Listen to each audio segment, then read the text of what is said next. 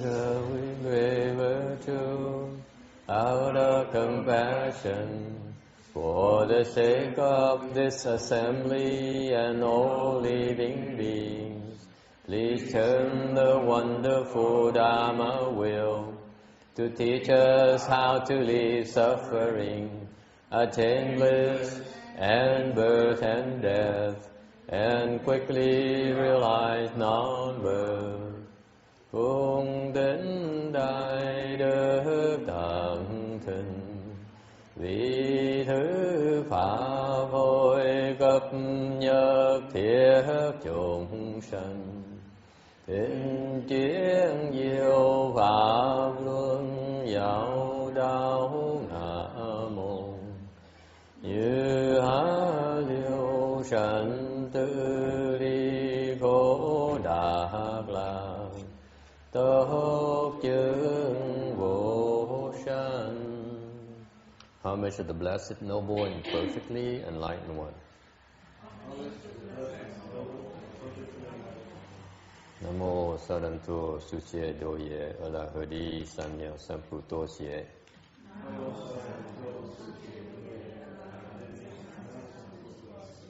Namo Tác Đắc Tha Tuya Jara Ara Ade Tam Miệu Tam Bồ Đà Tọa.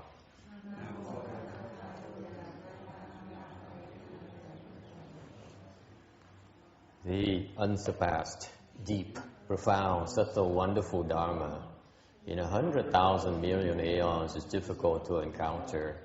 Now that I've come to receive and hold it within my sight and hearing, I vow to fathom the thus come one's true and actual meaning. Wu shang sheng sheng wei miao fa, bai jian wan jie nan zao yu, wo jin jian wen de shou chi, yan jie ru lai zhen shi yi.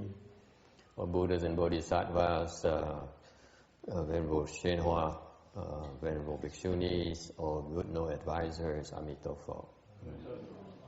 Chư Phật Bồ Tát, kính thưa Hòa Thượng Tịnh Hóa, quý sư cô, quý vị thiện tri thức mô Phật. Chư Phổ菩萨，显化上人，各位比丘尼，各位善知识，阿弥陀佛。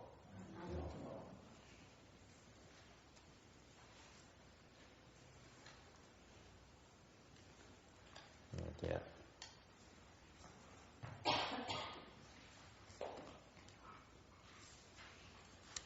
We are on slide 52 of the Amitabha Sutra lecture. We are in the preliminary explanation phases. This is ongoing the third month now, trying to explain the introduction part of the sutra, where according to the Tian Tai approach, we look at the 5 different aspects of the sutra, meaning like a glossary, an overview of what this meaning, what this sutra is about. Theo cái tông Thiên Thai thì mình dùng cái 5 cái khía cạnh khác nhau để nhìn, để mình sơ lược nhìn cái kinh này, ý nghĩa của kinh này. The last 2.5 months we explained up to number 3. 2 tháng rưỡi vừa rồi mình tới cái phần thứ 3. Right now we're describing the function, where the power of the sutra is that the sutras has a power of creating non-retreat, and the use of the sutra is help us obtain rebirth. Cái lực của cái kinh này là làm cho mình được bất thối, và cái dùng của kinh này là làm giúp mình được vãng sanh.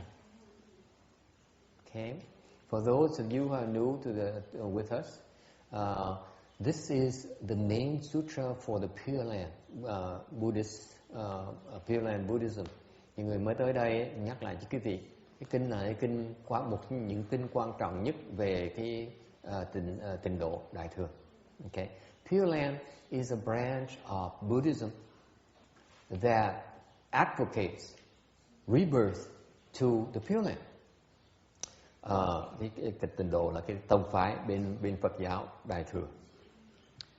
Nó chủ trương rằng mình nên vãng sanh cho tịnh độ. Because the land where we are right now is considered impure. Cái chỗ mình ở bây giờ, cái chỗ bất tịnh. And the Pure Land is a place where we have we enjoy only bliss and no suffering whatsoever. Cái chỗ này mình ở nó có nhiều cái khổ. Mà qua bên Tịnh độ thì nó thấy cái khổ toàn là lạc không. For example, over here we have the suffering of hunger. Ví dụ ở đây mình khổ cái đói. Anyone not have that hunger problem? Ai không có bị cái đói, cái khổ không? Okay. See? Or the suffering of, let's say, losing a job, right? Hoặc là một cái khổ là mình mất công việc làm. The suffering of having something and then suddenly losing something is called the suffering of decay. Cái khổ bên Phật giáo gọi là cái khổ của cái hoại khổ. Mình có, xong mình bị mất đi, nó làm mình cái khổ. So the suffering arises from the loss of something we have. Okay. Therefore, this land here is characterized by sufferings. We experience sufferings here, more sufferings than pleasure. Ở đây cái xứ này mình sống khổ nhiều hơn là sướng. Okay. Therefore, Pure Land Buddhism advocates going for rebirth after this, at the end of our life, and where instead of reincarnating in the wheel, revolving the wheel again, we try to shoot off and go to the Pure Land where we escape the wheel and be born in an area where we have no suffering, enjoy only bliss, and then go straight in one lifetime, cultivate and become a Buddha. Okay. It applies for non-Buddhists as well, Buddhists as well. Anyone can go there. They completely do not discriminate between Buddhists versus non-Buddhists. Okay. Cái Tịnh độ nó hay ở chỗ là thay vì mình chủ trương là cái cuộc đời này sau khi mình sống xong cuộc đời này rồi thì mình thay vì mình tiếp tục luân hồi trong lục độ thì mình né ra, mình trốn qua cái Tịnh độ như Tây phương Cực Lạc đó, thì qua đó là một kiếp mình thành Phật. Okay. Cái Tây phương Cực là cái Tịnh độ bên Đại thừa mình là không có phân biệt mình phải Phật giáo hay là phải tín đồ mới là giúp. Mình giúp tất cả mọi người. Okay, the Pureland Dharma door is available to everyone. All right. So the power here of the sutra here is that if the sutra here gives us the methodology to eliminate retreat and help us obtain rebirth through Pure Land, should we wish to do so. Okay. Cái kinh này, cái lực của kinh này cho mình bất thối, và quan trọng hơn nữa là mình đạt được cái vãng sanh. Okay. Nếu mình muốn. Okay.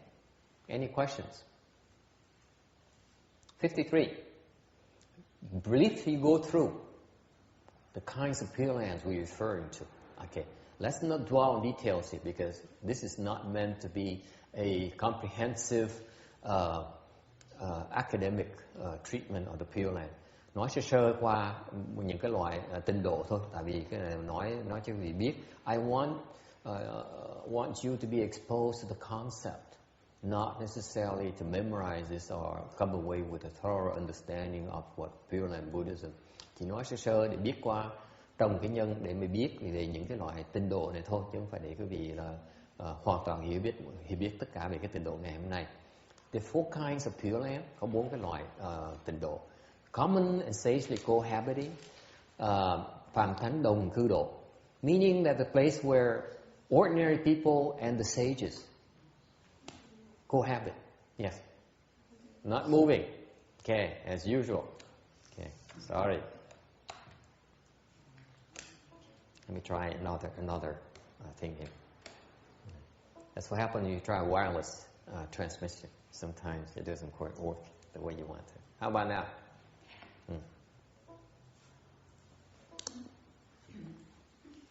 Okay, 53. Can you see it? Okay. So the sages and the common people, they live together. Okay, they cultivate together.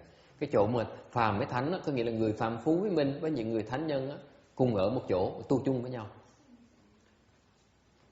All right. The common people are the one who are still like us, who are still confused, still have quite a bit of confusion left in our mind. Whereas essentially are the people who reach the first or the third stage arhat. Okay. Cái phàm có nghĩa là những người vẫn còn những cái hoặc, tư hoặc, cái kiến hoặc. Còn thánh là những người từ sơ quả tới tam quả A-la-hán. Alright? Okay, that's what you need to know. Okay, let's not go, and there's more important things I like to cover today than going through this theoretical treatment of Pureland. Ngày này có mấy chuyện quan trọng phải cần bàn tới, thành ra mình nói lẹ qua những phần này lẹ tí. Okay, any questions here? No questions, very good. The Pureland or experience residues, phương tiện hữu dư độ. This is the Pureland where it's only reserved for the fourth stage arhats. Những cái người này, cái chỗ này là chỉ có những người A-la-hán hoặc or the Patriarchal Buddhas, người A-la-hán tứ quả hoặc là Bích Chi Phật mới ở được thôi. These are considered sages for the Hinayana. Những cái người này gọi là thánh nhân bên nguyên thủy. Okay, they have put an end to birth and death. Họ đã ngừng, họ được tự chủ được cái sanh tử của họ rồi. Meaning they can live as long as they want and they can die as they wish. Ngừng được sanh tử, tự chủ sanh tử nghĩa là sao? Họ muốn sống bao lâu cũng được hết, họ muốn chết lúc nào cũng được hết. Gọi là tự chủ cái sanh tử của họ. That means control over birth and death. All right? Okay. In particular, these folks have put an end to something called the ego, the self. Nhất cái quan trọng nhất, những người thánh gọi là thánh nhân là tại vì họ đã diệt được cái ngã rồi. No more self routine, no more anyone called routine at all. Okay, không có người nào gọi là cái ngã nữa. Okay, hết rồi. Routine becomes empty. Cái ego, the ego is emptied out. That's how you become a sage. No more ego. You spit at them, they don't get angry. You call them names, it's okay. It's nothing. If you're empty, you can not get offended. You do not get afflicted. Chẳng hạn như không ngã nghĩa là sao? Bị mắng, bị chửi, bị đánh, bị đập, hoàn toàn không phiền não, không giận, không hờn. Okay? Or if you praise them, you're the greatest celebrity I know. Khen mình là người nổi tiếng nhất mà mình biết đâu. Cũng không có súng. You're not happy about it either. Isn't it boring? Khen mình cũng không có hứng thú nữa. The self has been emptied. There's nothing there to get excited about. Okay? Cái ngã nó biến mất rồi, thành không bị kích thích được nữa. Alright? Now, it sounds more interesting than I described it because that state is so blissful.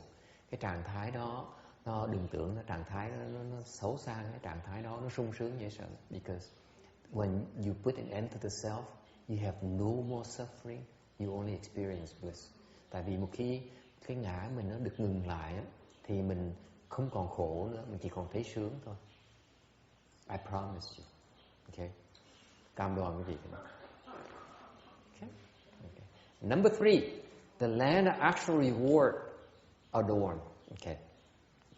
Cái tịnh độ của thực báo trang nghiêm tịnh độ. This is reserved for the bodhisattvas. Cái này cái chỗ của chị ngài Bồ Tát ở. Họ chỉ tu ở đó. This is where they dwell. The bodhisattvas are high level sages in Buddhism than the arhats. The number 2 here is a lower level sages. Okay. Cái chỗ này cái phương tiện hữu dư này là của những người thánh nhưng mà còn nhỏ. Còn cái này cái mà thực báo trang nghiêm độ này mới thiệt sự của thánh nhân của đại thừa. Alright, this is where the bodhisattvas live. And the finally number 4, permanently still brilliant Pureland. Cuối cùng thường tịch quang độ. That's where the Buddhas are. That's the realm of the Buddhas. Cái chỗ này cái chỗ của Phật. I don't know how it's like. Cái chỗ này tôi không biết gì hết. I can't describe it to you. Tôi không biết cái chỗ nào là sao. So, ráng mà chịu. When you get there, will you let me know? Chừng nào khi về tới chỗ đó nói tôi biết nha. Alright. When you get there, please remember to come and save me. Chừng nào quý vị tới đó rồi, nhớ tới cứu tôi nghe chưa? Tới độ tôi, trở lại độ tôi. Alright? Alright, thank you. 53. It's a deal. Okay, there you go. Thank you. Music to my ears. Okay, number 4. Non-retreat. Bất thối.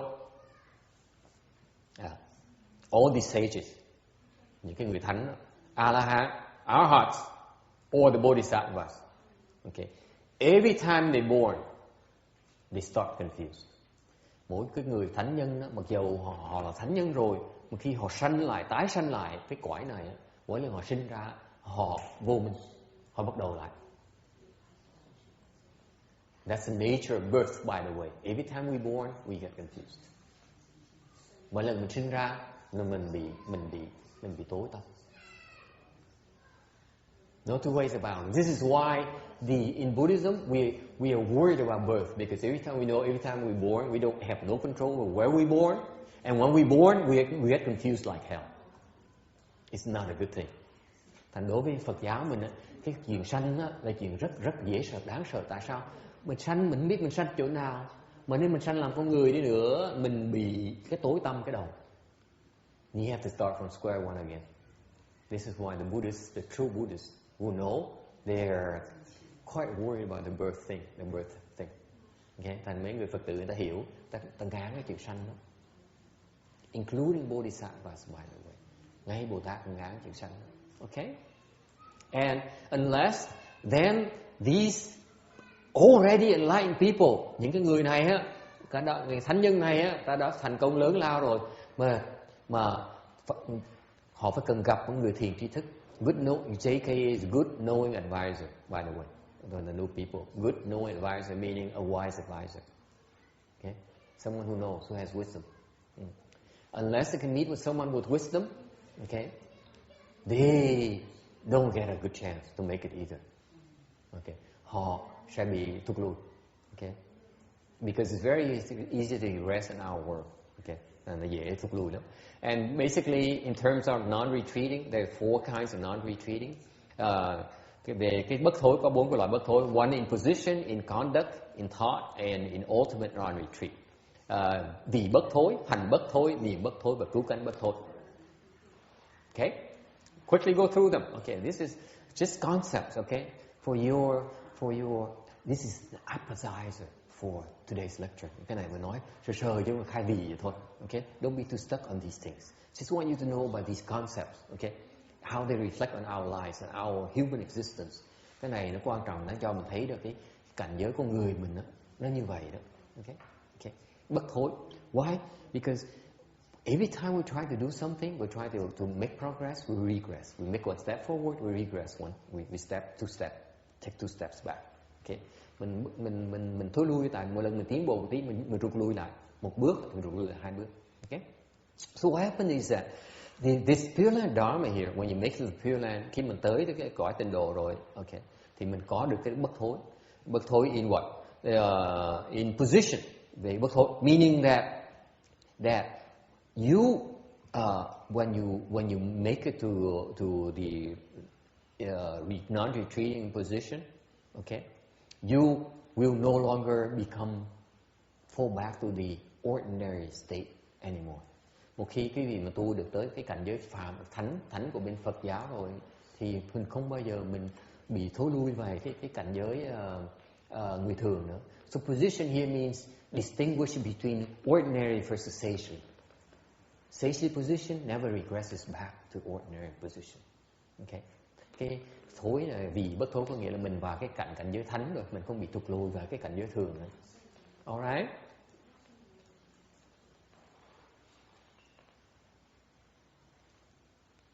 Questions? Yes. When an arhat is reborn, yes, they get confused or not? They get confused. But are they sages or not? Yes, they're sages. But they still get confused. They get confused. Người A-la-hán, khi mà người tứ quả A-la-hán khi mà sinh ra, người ta có bị tối tâm không? Tâm óc nó bị tối. Họ vẫn là thánh nhân như thường. Why is that? Non-retreating here means that, okay, over that span or that lifespan, they will encounter, they will get some help, they will cultivate and attain at least arhatship again, that lifetime. That's what is meant by non-retreating here. Okay? Cái câu hỏi này nó rất tốt, tại vì nó hỏi tại sao người A-la-hán đã A-la-hán rồi tại sao sinh là tự nhiên là bị tối tâm lại. Thì tối tâm này nó chỉ có nghĩa tạm thời thôi. Những người vì A-la-hán này cái phước họ lớn. It's the nature of blessings, by the way. Because of their attainment, they have so much blessings, they will never regress back again. Just like imagine you're so rich that you'll never be poor again. How's that? That's a kind of analogy. Okay, impossible to be poor again. Okay? Thì cái bất thối này có nghĩa người A-la-hán bao giờ họ sinh ra họ bị tối tâm, họ có phước đến độ đó, họ sẽ gặp được người thiện trí thức để giúp họ giác ngộ lại. Thành ra cái cuộc đời họ sẽ được giác ngộ lại, họ được ít nhất được tứ quả A-la-hán lại. So they will at least reach the same level of attainment as the last time. It's what is meant by imposition. Okay? Is that clear? Okay. Thì cái ví dụ này giống như là cái A-la-hán là phước nó nhiều đến độ giống như mình giàu đến độ mình không bao giờ mình nghèo được nữa, vì vậy đó.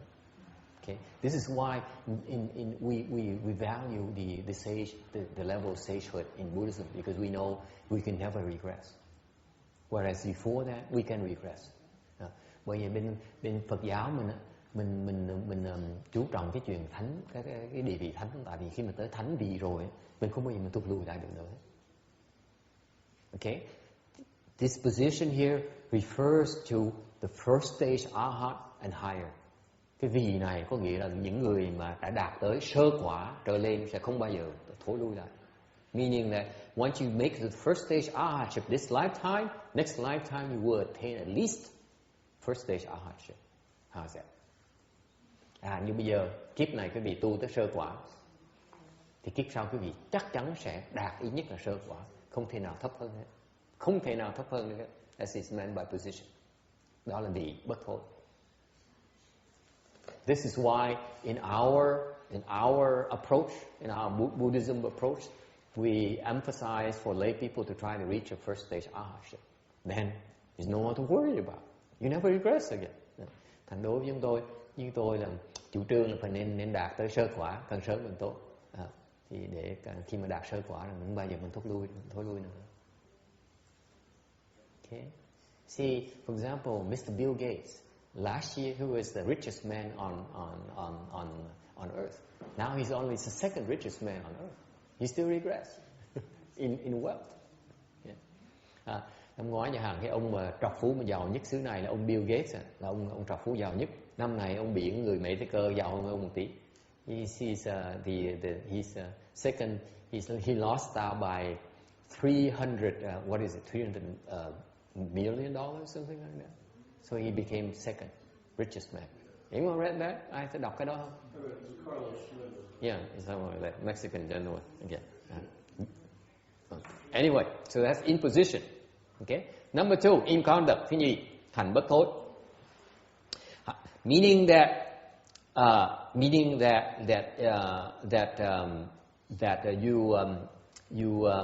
you don't become lazy. Hành bất thối là mình không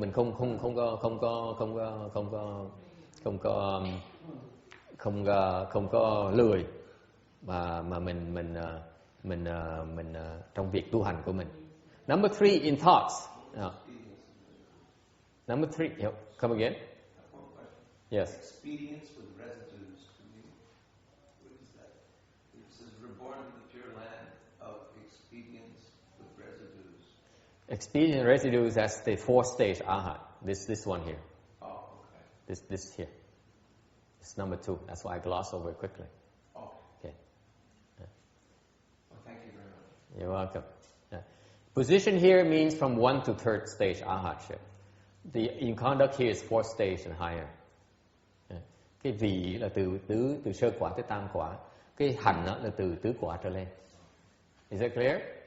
Okay. Number 3, in thoughts. Thứ 3, về niệm bất thối.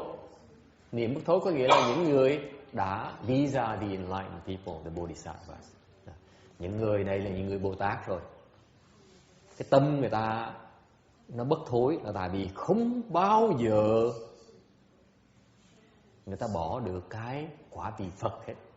They become non-retreating thoughts because they are constantly mindful of the Buddha fruition.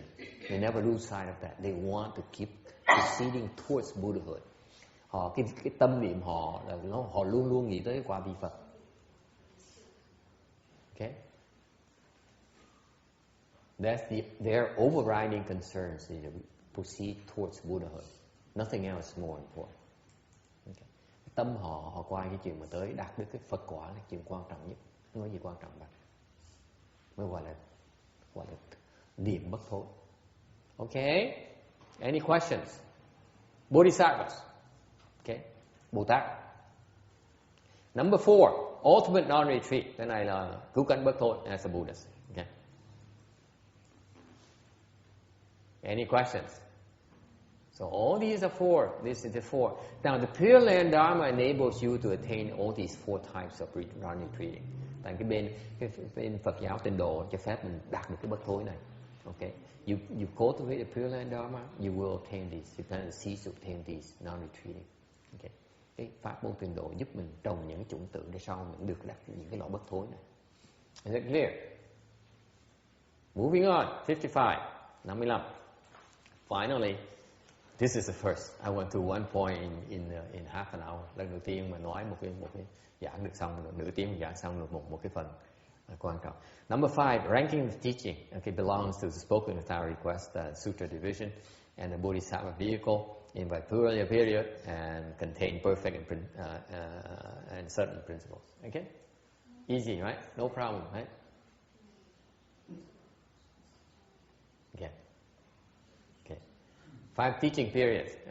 The Buddha's teaching can be divided into 5 major periods. Giáo lý Phật dạy đã có năm cái thời điểm khác nhau. Number 1, the first one is Avatamsaka Sutra, the Avatamsaka period. Đầu tiên cái thời Hoa Nghiêm. Right after the Buddha became enlightened, ngay sau khi mà Phật Đức Thế Tôn thành đạo rồi, he sat there in samadhi, ngồi trong định ngài quán.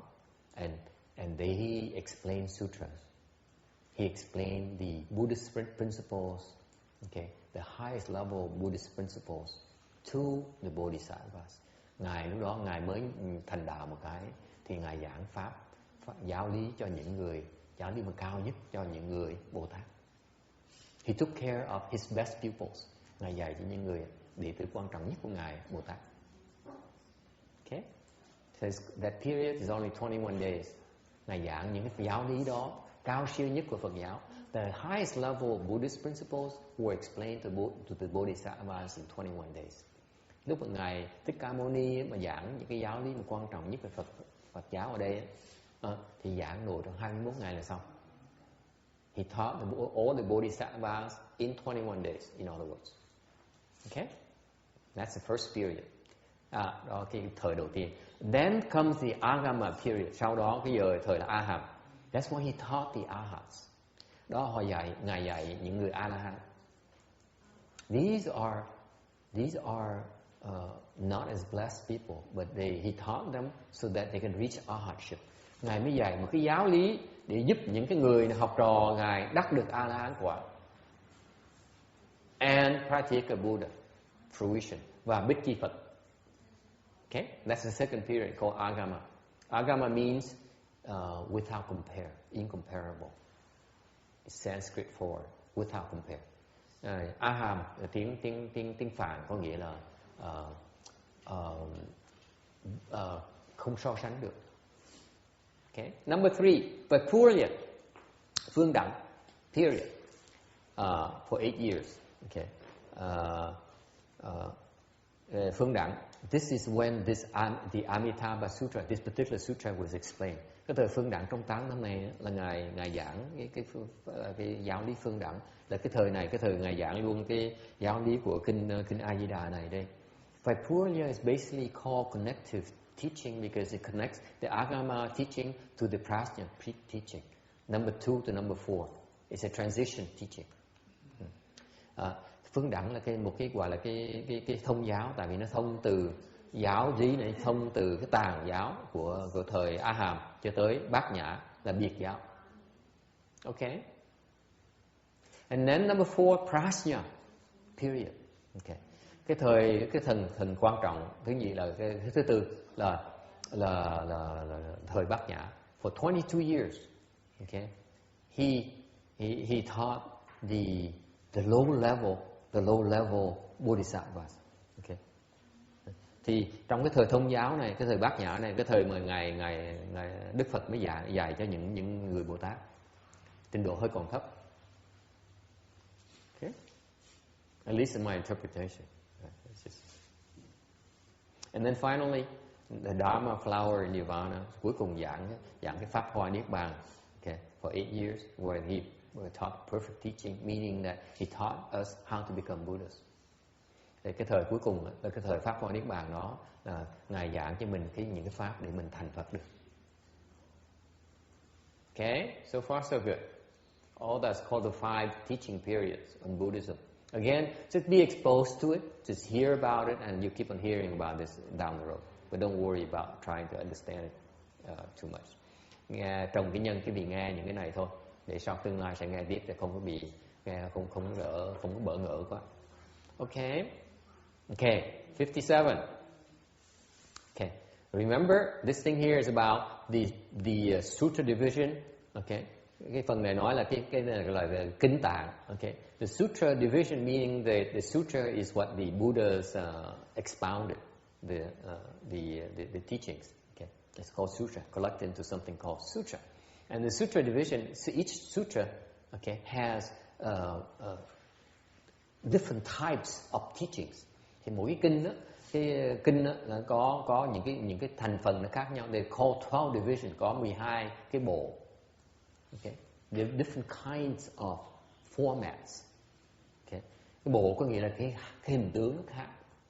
For example, there's something called prose line, hạng như cái gọi là trường hàng. Okay, meaning basically those are words. Okay, trường hàng có nghĩa những chữ thôi. Number 2, verse lines. Thứ nhì là thơ. Okay, verse line meaning it's now it's recorded. The transmission comes in a form of poems or verses. Okay. Number 3, prediction of Buddhahood. Phần thứ ba là thọ ký, meaning that the Buddha actually says in this section of the sutra says, in the future you so and so will become a Buddha. It's called a prediction of Buddhahood. Phần thứ ba thọ ký, nghĩa là Phật nói rằng là trong tương lai con sẽ thành Phật, tên Phật này nọ ở cái Phật độ này tên nọ, gọi là thọ ký. Number 4, interjection. Cô khởi, meaning that there sometimes there are independent things that are thrown in there, okay, for variety. Nhiều khi cô khởi có nghĩa là những cái chỗ của nhân Phật nhét vào cái chỗ đó để cho nó có sự đổi gió. Okay. Number 4, spoken without request. This is of interest here. Phần thứ 5 là bất văn tự thuyết. All sutras, all Buddhist teachings have to be requested. Những cái giáo lý Phật giáo phải được thỉnh pháp mới được truyền. Okay, except for this Pureland Dharma, trừ ra cái pháp tịnh độ này á, okay, là được truyền mà không thỉnh mà được truyền như thường. What happened is that, okay, typically the Buddha speaks and then the disciples listen and say, we're honored one. What is meant by that? So they request particular clarification of the principles. Okay. Thì bên cái thông thường khi mà ngài Thích Ca Mâu Ni mà giảng pháp á, thì đang giảng pháp thì Phật tử mới nghe pháp xong mới nhớ là có những phần không hiểu, thì mình lần sau mới tới gặp Phật lại xin Đức Thế Tôn giảng cho con phần đó chứ con chưa hiểu. Rồi thành phần nào những phần lớn những Phật giáo lý Phật dạy toàn được phải được thỉnh ngài mới giảng. The only exception is that the Pureland Dharma, cái đặc biệt đó, là cái tịnh độ, pháp giáo tịnh độ. Okay, his disciples do not know about it and they do not know the importance of the Pureland Dharma. Therefore, they did not request for instructions on the Pureland Dharma. So the Buddha said, "This is too important of a Dharma for me to wait for you to ask for it. So I will speak for you." that Dharma. That's why it's called spoken without request. Thành ra cái này trường hợp đặc biệt là tại Phật thấy rằng là cái pháp tịnh độ nó quá quan trọng, nó quá tuyệt vời này, mà những người đệ tử của Phật hiểu không có được. Thành ra ngài cũng nói mình đợi tụi nó mà hỏi thì chắc mình râu nó mọc, nó rùng luôn trước khi nó hỏi được. Thành ra Phật mới quyết định là mình giảng trước cho nó, ok, mới gọi là cô khởi, gọi là bất cứ ăn từ thuyết, không hỏi, không thỉnh mà vẫn giảng như thường. Okay, is it clear? Number 6, causes and condition, nhân duyên. Okay, it's easy, cause and effect. It spells out cause and effect. Nhân duyên nghĩa là mô tả rõ ràng cái nhân với cái duyên nó liên quan gì với nhau. Okay, number 7, analogies, ví dụ. This is what the Buddha excels in doing. Cái này là cái tuyệt vời của khi Phật giảng pháp. Ngài những cái ví dụ ngài hay không thể tưởng được. His analogies are among the best of analogies. Cái ví dụ của Phật rất là hay. Okay. Number 8, past events. Bổn sự, meaning that events on the Buddha's life, the Buddha disciples' lives. Okay. Bổn sự có nghĩa là những cái sự tu hành của đệ tử của Phật đó, những ngài Bồ Tát. Làm sao họ tu những cái pháp gì để thành Bồ Tát? This is what the Bodhisattvas they practice as part of being a Bodhisattva. Wouldn't you like to know how Bodhisattvas behave? Cái này thích thú ở chỗ là tại mình được diễn tả cái người Bồ Tát nó tu cách nào. Muốn biết chứ phải không? Right? Just like here, we like to know how what's her name? Angelina Jolie, her daily life is like. Chẳng quý vị mà theo những đại tử minh tinh ở đây á, thì mình muốn thắc mắc mình biết là những người đại tử minh tinh nổi tiếng á, người ta sống ra sao, right? Same thing. We Buddhists have we admire Bodhisattva, and that's why we love to hear the Buddha describe what they do, okay, how they cultivate. Okay. Thành bên Phật giáo cũng vậy, cũng thích nghe kể về những chuyện Bồ Tát, giống như mình người thường thích nghe chuyện mấy minh tinh vậy. Number 9, past lives. Bổn sinh, meaning the Buddha's past life. Đời xưa Phật sống ra sao, Phật tu ra sao. Number 10, universal writings. Thứ 10, phương đẳng. Okay, mean elaboration. Okay, elaborations on the teachings. Okay, để giảng những cái chi tiết, thêm chi tiết về những cái giáo lý. Number 11, not previously existed. Vi tăng hữu, meaning new sutras. Okay, những cái giáo lý mới. Okay. And number 12, commentaries. Thứ 12 là luận nghĩa, có nghĩa là những cái luận này là do những đệ tử của Phật biên ra. These are the commentaries from the Buddha's Bodhisattva disciples. All right? Okay, now I think I can ready to go to the meat of the matter. Okay. Xong chưa? Are we ready? Okay. So. Oops, time is up. No, okay. Okay. I came from a chant background, a meditation background. Tôi mê thiền. Okay. I enjoy meditation and I chose to concentrate in teaching the Pureland Dharma. Tại sao tôi thích thiền? Tôi mê thiền, thích luyện thiền. Mà tại sao tôi chọn là truyền bá cái pháp tịnh độ này. Okay, and that's why this is I chose it because I find that our Pureland Dharma is like a new kid in the block. Cái pháp tịnh độ chúng mình bổn tự nó là một cái cách tu pháp tịnh độ mới. Okay, and therefore I'm taking this opportunity here to speak about it without being requested. Thành ra cái cơ hội này tôi lợi dụng cơ hội này để mà nói về cái pháp đó một tí, mặc dầu không được thỉnh. Is that okay? Được không? Okay. The reason we do it our Pureland differently is because we advocate trying to obtain rebirth at the very end of this very life here. Do not wait any longer. Lý do quan trọng chính đáng chúng tôi chủ trương rằng mình tu tịnh độ để mình được vãng sanh cuối kiếp này, đừng có đợi nữa. Do not wait any longer. Okay?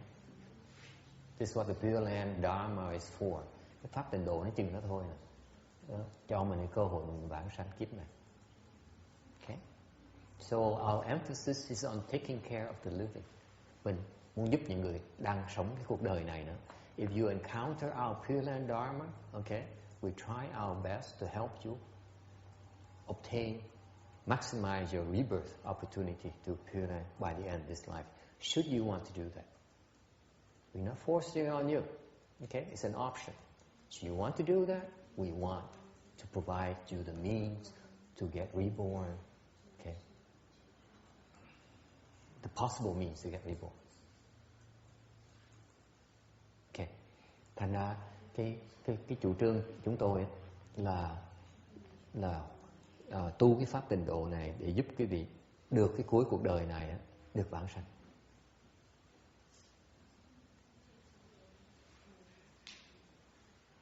Okay, we're not saying we can guarantee your rebirth. Không phải chúng tôi nói gọi là khẳng định là chắc chắn sẽ vãng sanh. Chỉ nói chúng tôi là cố gắng hết sức để giúp quý vị được vãng sanh cuộc đời này.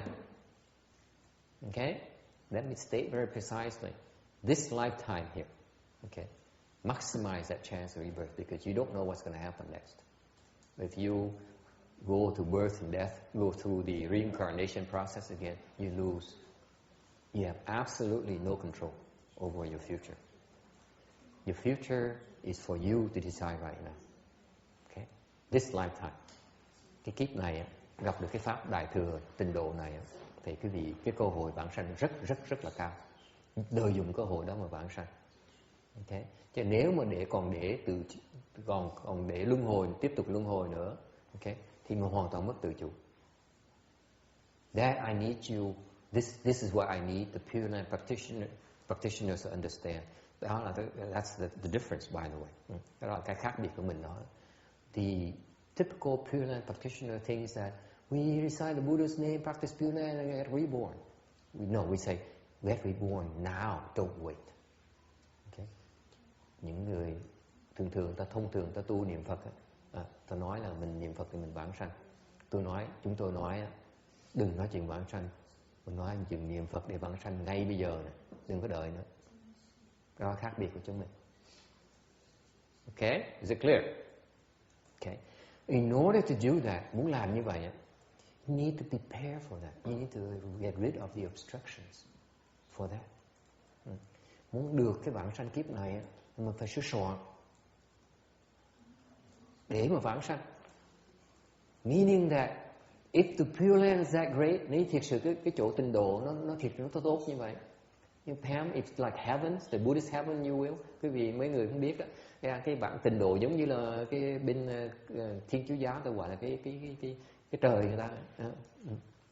Okay, if that's desirable, if you want to get there, if it truly is that great, then it's not that easy to get there. Nếu thực sự nó tốt như vậy, thì tới đó không phải là dễ đâu. You run into all kinds of obstructions. Có nhiều cái sự cản trở dễ sợ. Okay? Be aware of that. It's not easy. Okay? Nothing that great comes that easily. Những cái gì nó quý hóa như vậy không dễ mà được đâu. Let's face it. That's the way life is. Alright? So you need to prepare, you need to pave the way for that. Mình phải sửa soạn để mà đạt cái đó. I'll give an example why it's very difficult. Ví dụ, okay, một cái rất khó khăn, cho quý vị thấy khó khăn. Sicknesses we experience in our lifetime. Cuộc đời này mình cũng bệnh. Có ai bây giờ bị cảm chứ? Anyone got a cold before? Raise your hand. Okay. Ai bị cảm chưa? Everyone, right? Okay. That's an obstruction to your health, to your well-being, right? Cảm là mình bị cản trở trong cái sự cuộc sống của mình. One obstruction, một cái cản trở thôi, in your current life, okay? Whereas when you go to Pureland, okay, you have multiple obstructions for you to get there before you make it there. Okay? Đây họ biết mình ở đây, họ tới họ đòi nợ mình được, họ bắt mình bệnh họ. Khi mình vãng sanh một cái, họ bắt mình, họ rượt mình không được nữa. Thành họ trước khi mình đi, therefore, since the Pureland is we are shielded from all these obstructions, they want to get to us before we escape them. Understand? That's why there are intense level of obstructions in our trying to obtain rebirth. Phải hiểu rằng á, mình tới vãng sanh một cái trình độ một cái là cái chỗ nó tốt, mình không bị cản trở, không bị khổ sở nữa. Ok? Thành ra cái người chúng sanh mà mình đang nợ người ta tới đòi nợ trước chứ. Just like the banks that you owe money know that you're about to skip town. They said, wait a minute, can you pay me off first before you leave town, please? And they make sure that you cannot leave town until they paid up, right? Same thing. All the people you owe money to, you pass, the people that you owe to in the past will come and obstruct you big time. Okay? Những cái người chủ nợ mình đời kiếp trước á, người ta biết mình sắp được vãng sanh một cái là mình thoát nợ người ta, thành tới ta đòi nợ trước. Thành cái chuyện muốn vãng sanh là chuyện rất là khó khăn vì vậy. Nữa ta cản trở mình, không vãng sanh được. This is why most people fail in their rebirth attempts. So, failure to prepare for rebirth. Vãng sanh chưa, không đủ sức soạn vãng sanh. Number 2, during after death, there's a phase. It's called. I go to the next. Okay. Sau khi cái phần thứ nhì, sau khi mình chết á, there's something called 49-day period. Sau khi mình chết á, this is the Buddhist technology, you will. This is not available anywhere else. Okay, so cái này là cái phần Phật pháp mà những cái tôn giáo khác người ta không có. That's why I call Buddhist technology. Okay, only proprietary to Buddhism, not available anywhere else. Okay, cái Phật giáo mình mới có cái pháp môn này thôi. Mấy cái tôn giáo khác nào không có. Therefore, I will go into that later on, right here in 60. So be patient with me. Cái kỹ thuật này có Phật giáo mới có nha. Tôi sẽ vào cái tấm số sau 10, số 1 61, not 60. Okay, 61. Just be patient. 2 more slides, I get there. Okay, 2 cái là sẽ tới đó. Okay. Anyway, okay.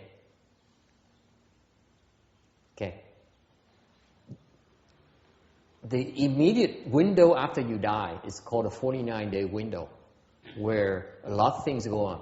Okay. Sau khi mình chết 49 ngày, cái thời gian rất quan trọng. Cái thời gian đó, this is why you need help to decide where you can go next for reincarnation.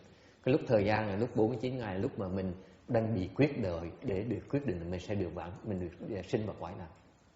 This is why we can intervene and help. The most important time. Okay? Yeah. So we can act as a lawyer and make a case for rebirth. Okay.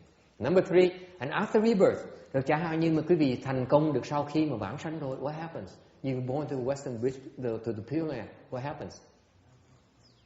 You need continued support for you to cultivate, for you to keep on living. You need to have blessings to keep on living there, right? So that's why our platform is that once you obtain rebirth, you over here we still continue to help you accrue blessings for you to be over there and have a good time, have a good life over there. Thành ra cái pháp tịnh độ chúng tôi là chú trọng là sau khi mà vãng sanh rồi là mình tiếp tục yểm trợ cho quý vị. Khi quý vị tới vào vãng sanh và tây phương cực lạc rồi thì bên này vẫn tiếp tục tích tụ những cái phước đức để quý vị ở bên kia mà tu tiếp. Is it clear? Okay, so general descriptions. Okay. Number 2, not only for the living, they also help the deceased. Cái pháp này không phải giúp người sống mà người chết cũng giúp được. But to be honest with you, it's limited. It's limited in its. We are limited in our ability to help the deceased. Phải nói thú thật quý vị, những người đã qua đời rồi, what they dead beyond the 49 days, họ mà chết mà hơn 49 ngày rồi, our ability to help them is very limited. Cái sức mà chúng tôi giúp họ được nó không có mạnh. It's not as effective as the 49-day period. Nó không có được hữu hiệu bằng như lúc mà mới chết 49 ngày. Alright, we still can help, vẫn giúp được, nhưng điều it's much harder. Sau khi mà chết 49 ngày rồi, nó khó dễ sợ. Okay, that's our limitation. I'll be honest with you. Cái đó cái sức chúng tôi có hạn thôi. sau 49 ngày giúp được cái điều không có dễ như lúc trước nữa. Is it clear? Alright. Number 3, must be requested. Phần thứ 3 là phải thỉnh. Okay. Thật ra phải thỉnh. This is not a commercial enterprise. Đây không phải chuyện buôn bán. Okay. It's not like we advertise on the internet and say, oh, come here. We have a Rebirth Dharma and we charge you so much money for it and come and get it and we give you a deal and sometimes we throw in a spring sale, daylight savings time sale for the springtime and then you know in the fall we give you another sale, that kind of thing. And Christmas is probably special deals as well. No, this isn't a commercial enterprise. Okay. Đây không phải chuyện buôn bán thương mại nghe chưa? Okay. This is reserved for the people who are very blessed. Cái pháp này nó đặc biệt ở chỗ những người có phước lớn mới hưởng được cái pháp này. I'm sorry, that's the way it is. It's not meant for the general population. Okay? Because, for example, after I'm done here, we have a website. Doesn't show up on the website.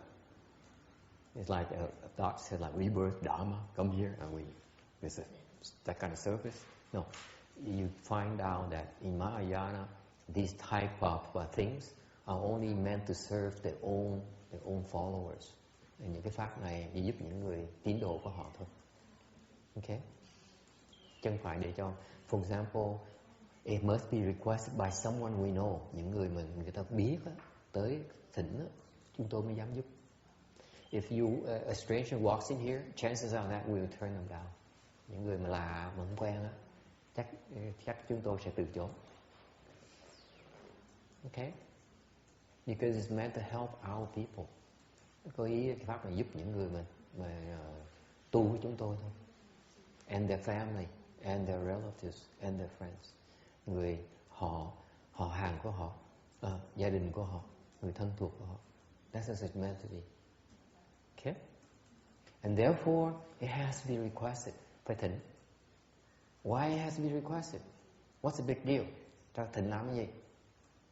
There's a catch in the request. Cái thỉnh đó, nó lộ ra cái lòng thành tâm của mình.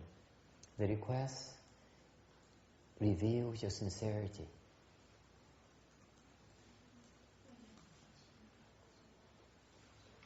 Okay?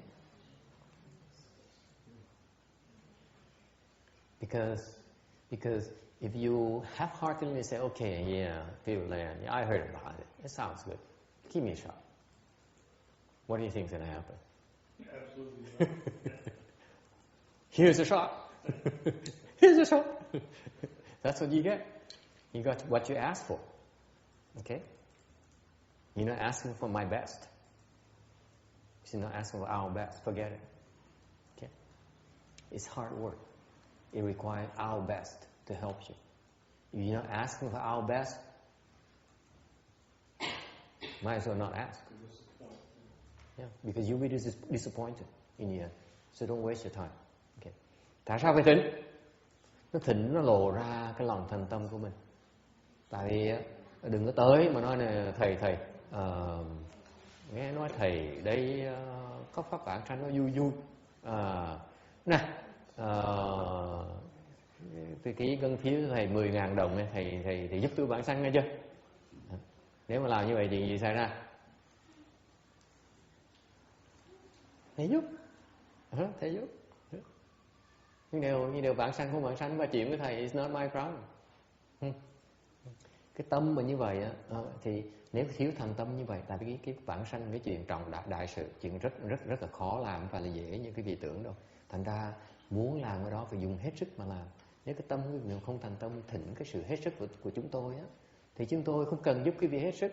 Thì vãng sanh chuyện cái vị chuyện của chúng tôi, cứ đưa sách tôi lấy tiền thôi chứ tôi đâu care đâu. Chứ vì chỉ đưa tiền tôi đâu có tôi đòi cái thành tâm của tôi, hết sức của tôi đâu, bị biểu tôi đòi hỏi tôi được. Thế bởi vì cái thỉnh nó quan trọng đó, thỉnh với thành tâm thì mới được cái thành tâm bên này giúp quý vị. Nghe được không? Hiểu không? Okay, because let me tell you, I tell you a funny story. The past few weeks, I have people who came to me and said, you know, a pair of a husband and wife in the 70s came to me and said, my daughter is following externalist path, and we feel that she's in trouble. She's confused. They confuse her mind and they get her to do stupid things, and we think she's possessed by, you know, and she lost her mind. So help her. Có một cái cặp vợ chồng kia tới gặp tôi mấy lần rồi, hai lần rồi gặp nó là đứa con tụi tôi á, nó thường ngày nó thông minh, nó sáng suốt vậy, bây giờ nó theo cái tuổi tà giáo ngoài kia, bây giờ tôi đầu óc nó tối tăm vậy sao? Thầy giúp tụi nó, thầy giúp một tí đi. He asked me repeatedly. He said, thầy là người duy nhất có thể giúp họ được. They said, you, so far of all the people I heard so far, you are the only one who can help them. So please help them. Okay. Nó nói, tôi nghe mấy cái người ta nói, thì nghe thì những cái người khác nói về cái chuyện này thì thầy nói có vẻ thầy có lý nhất, thầy giúp giùm đi. Okay. You think I walk around meddling the other people's affairs like that on a drop of a hat? Cái vị tưởng tôi là người tu sĩ, tu hành mà người ta tới nói thầy giúp đi mà là tôi tự động giúp hả? Đâu phải chuyện chúng tôi, tại sao tôi phải giúp? I have up here my own problem. Why do you have to go and dig, you know, into someone else's problems and with such a casual request? Okay. Tôi là đủ vấn đề rồi, tại sao mà cái chùa là đủ thứ vấn đề rồi, còn tại sao phải đi ra ngoài chợ kiếm đem tha rác cái chùa thêm làm cái gì? Okay. Muốn thỉnh á, cứu mạng á, thì phải quỳ xuống mới thỉnh thầy đàng hoàng, chứ có chuyện đó thầy giúp đi, nhờ thầy giúp thì giống như là nhờ thầy chở con ra chợ đi. Không phải cái chuyện nhờ cái chuyện dễ dàng như vậy. You request for help in urgent matters, important matters. There's a way to request that shows your sincerity before we can respond. It's not a casual thing for us. We don't meddle into business, into other people's business. Okay? But there's no way for me to explain it to them, because if I say it to them in the face, they'll be so offended and say, you making pretenses. I don't care anymore. So that's why this is where the requesting is a dharma that needs to be learned. Không dám nói thẳng họ, ta nói sợ ta giận. Trước giờ mấy thầy mấy cô đối với họ như vậy, họ tới thì nhờ mấy cô làm này làm nọ thôi mà. Ok. Phải thỉnh, thành khẩn cái thỉnh mới hy vọng được giúp. Okay. Có cái thành tâm. Okay, you need to show sincerity. Okay. Okay. And finally, should be considered consultant. This is the reason I threw it in because basically the Pureland Dharma is a very popular Dharma, especially with the Asians. People die, they pass away, and they have all kinds of choices. Cái tình độ với người Á Châu mình thì nó thịnh hành lắm. Thành ra một khi chết là có nhiều. They have many choices. What basically is they make arrange for funerals, quý vị lo cho quý vị về tang. Okay. The funeral is a big deal for us, for the living. Những người còn sống lại, đối với người còn sống, cái chuyện mà tang là chuyện rất quan trọng. You have I show a few examples here. The jazz procession of the funeral in New Orleans. Ở thành phố New Orleans thì họ lúc mà họ chôn họ có làm một cái họ chơi nhạc jazz. Or in China they have these big mega events here. Okay, bên Đại Lục thì có cái chuyện họ làm rất trọng đại. Or this is in Taiwan. This is a picture in Taiwan where they make figurines of donkeys and chariots and so on to escort the deceased away to a good land. Thì bên Đài Loan thì họ làm mấy con lừa, mấy con bò, mấy con ngựa, mấy cái xe này để chở mấy người chết đi qua cái cõi tốt. Okay. Looks good, right? And you go to these places, you have it's full of flowers and so on. And this is in Japan. Đài Loan như vậy nó làm rất trọng đại. In Japan, you see this is the Japanese garment, and it's also a very big deal. Okay, this is the Asian culture. It's designed to appeal to the living. It doesn't do anything for the dead. It doesn't do enough for the dead, and put it that way. Okay, they go through a lot of money and time and efforts to help themselves only, not help the deceased. Okay, cái này đáng tiếc ở chỗ là bây giờ cái văn hóa của mình á, mình lo tổ chức rùm beng như vậy để cho mình thôi chứ mà cho người chết. Case in point, ví dụ, okay, this is very close to home. Okay, đây là đối với cá nhân gia đình tôi nè. My late father passed away. November hẳn xiên, you see a picture back there and on the altar. Ông thầy ông Hiển, ông thân của tôi khi ông qua đời đó. Okay, how long ago? Bao lâu rồi? 3 năm, 3 or 5 years ago, right? Something like that. Okay, he is a monk under Master Shen Hoặc. Ông là một đệ tử xuất gia của ngài Tiến Hóa. Okay, our teacher, thầy chúng tôi. Okay. So when he passed away, he has like 1,000 people show up in his funeral. 1,000 người tới cái lúc mà hỏa táng thầy, 1,000 người tới. Okay. They have monks and nuns. Mấy thầy mấy cô tới là tụng kinh, tụng từ hết chùa này đến chùa khác để tụng để giúp thầy vãng sanh. They came to the funeral and executed the Pureland Dharma to help him with his rebirth. Okay? Didn't make it. Không vãng sanh được. Okay? And not only did he not obtain rebirth, he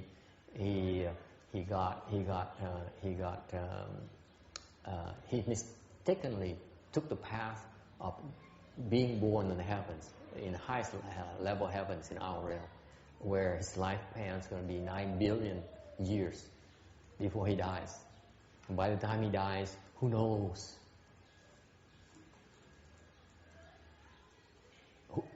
Who is available to help him obtain rebirth? Cái khổ là chuyện rùm beng như vậy, mấy thầy mấy cô rồi này gọi tới lại như vậy, chả giúp được vãng sanh. Mà cuối cùng ông được vãng sanh, ông sanh lên quả trời, cõi thiên ma đó, lục bên kia. Bây giờ ông sung sướng, rất là sung sướng, thầy rất sung sướng, thầy đủ thần thông để đi chơi, thầy được đu đi tới này nọ, rất vui vẻ, sung sướng dễ sợ lắm. Nhưng đều thầy còn sống đến 9 tỷ năm nữa mới chết. 9 tỷ năm nữa thì không biết là 9 tỷ năm này không biết chuyện gì xảy ra với thầy có gặp được pháp để vãng sanh hay không, mình không biết được. Whereas when he died, ngược lại mấy năm trước khi mà thầy qua đời á, Dharma is available, đó có cái pháp vãng sanh cho thầy. Yes, question. Yeah, so isn't it smart to just come back here and to go to a long life heaven?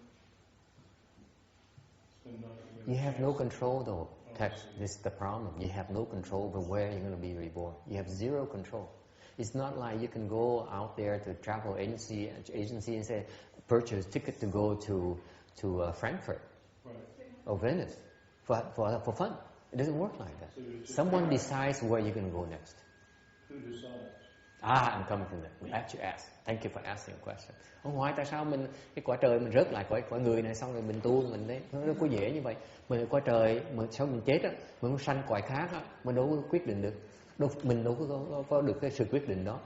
Someone else decides it for us. Cái chuyện khi mình chết á, có người khác quyết định cho mình. Alright. Again, this is Buddhist technology, okay? Okay, đây là kỹ thuật Phật giáo đó nghe. Okay, let me tell you, Pam, this is only in Buddhism. Okay, what I'm about to tell you is the Buddhist knowledge. Okay, cái này bên Phật giáo mới có thôi. When you die, khi quý vị chết, you go into a transitory state called intermediate skandha body, trung yin sân. Okay, khi quý vị chết, which lasts for 49 days. Khi quý vị chết á, là mình vào một cái trạng thái tạm thời gọi là trung ấm thân. Anyone heard of that before? Ai nghe nói tới trung ấm thân không? 1, 2. Anyone else? 3, 4, 5. Anyone else? Giơ tay đi coi. 6, 7, 8. Okay? What basically that is the state where you basically are in a yin world. That's why it's called yin. Okay? The meaning bởi cái gọi của âm, và cái gọi âm. Okay? Right now we are in the yang world. Right now bây giờ mình ở trong cái cõi dương. Khi mình chết mình vào cõi âm, được ở trong 49 này. We go in the yin world and stay there for approximately about 49 days. Okay? During ở cõi 49 ngày, during those 49 days, okay, you get to meet with someone called King Yama. Trong 49 ngày đó, yes. Who decides the 49 days? It's not decided. It's just the way it is. Okay, that's the process. That period is a period where we have before the time that is necessary to determine where you're going to be reincarnated, and that takes about 49 days. Okay? Cái quan trọng ở chỗ này nè, cái 49 ngày ấy là cái thời gian, okay, mà mình có để mình được quyết định là mình sẽ được sanh vào cõi nào. Okay? What happens there? Because 49 days is the magic behind the 49 days. Cái 49 ngày là sao? By the way, we're talking about what happens after death. Buddhist technology. Okay. What happens after death? We have 49 days transition period before we go to the next body. We take on the next body. It's called intermediate skandha body. Okay, meaning that it's intermediate, transitory. Okay, 49 days. Okay, what happens is this 49 day here is you get to meet with a judge. Lúc này á là mình gặp được cái called King Yama, Diêm Vương, who then tabulates the good things you did in your past lifetime and the bad things you did in the past lifetime, and balance them out and determine where you can go next. Diêm Vương mới quyết định rằng khi cái cuộc sống vừa rồi mình làm chuyện thiện bao nhiêu, mình làm chuyện ác bao nhiêu, ông cộng lại tất cả, ông quyết định là mình sẽ đi chỗ nào. For example, if your good deeds far outweigh the bad deeds, then you go for a good rebirth. Okay? Hạng như quý vị mà trong cuộc đời vừa rồi á, mà làm việc thiện nhiều hơn là việc ác á, thì mình được cái sanh vào cái quả tốt. Whereas conversely speaking, if you did more evil things than good things, then you will fall. Ngược lại, nếu quý vị làm ác nhiều hơn làm thiện thì sẽ rớt. It's called cause and effect. Cái đó gọi là nhân với quả. Okay? If you did good things, là sao gọi nhân quả? If you did good things, then now you have the chance to go and enjoy the blessings of having done those good things. That's why good birth. Tại vì trong cuộc đời vừa rồi, nếu quý vị làm việc thiện á, thì bây giờ trồng cái nhân thiện á, thì bây giờ mình cái quả nó thiện mình gửi đi về để hưởng mấy quả thiện đó và quả tốt. Whereas if you created evil, nếu quý vị làm ác nhiều quá, thì now it's time for you to go. You're destined to go to the evil path to undergo the retribution, to undergo the suffering for making other people suffer.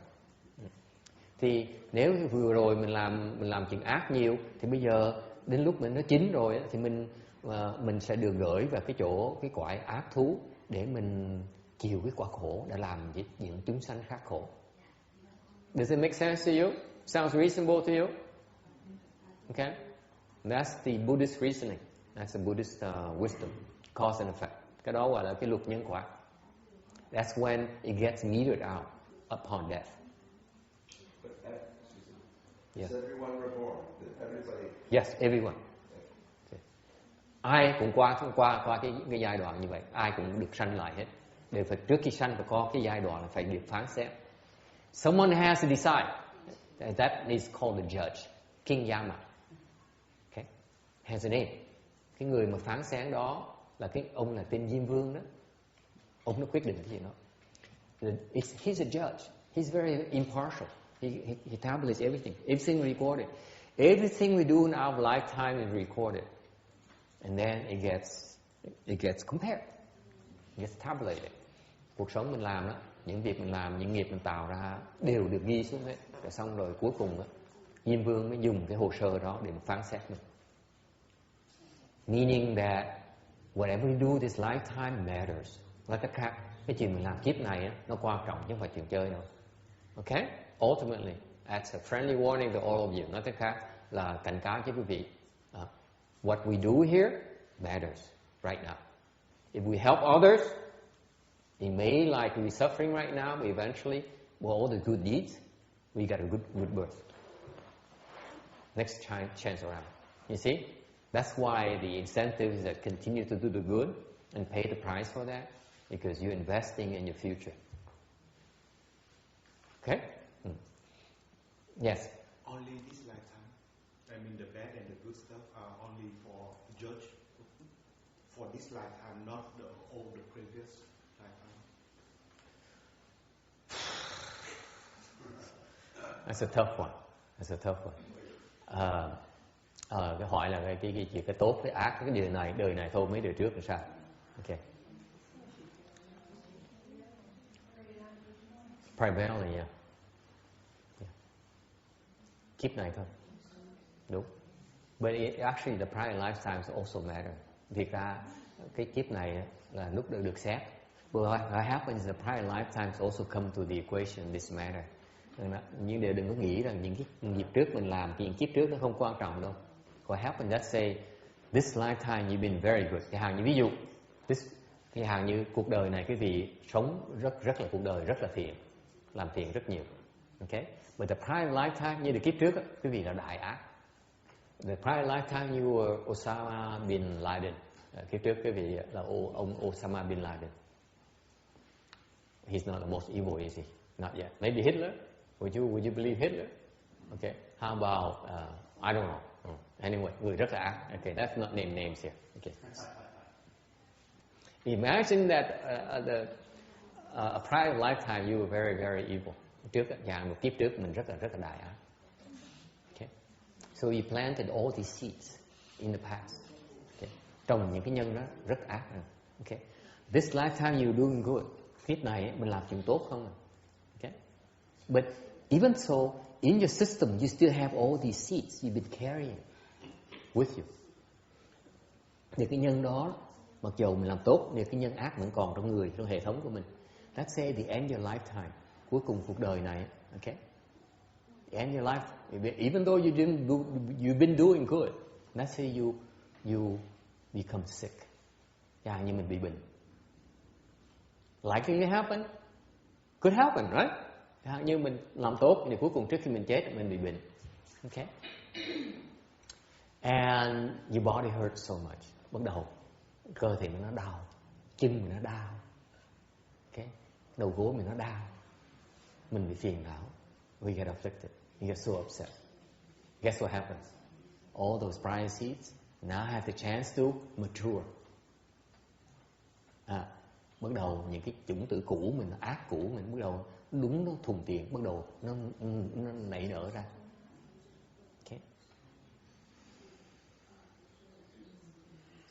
They mature before we die.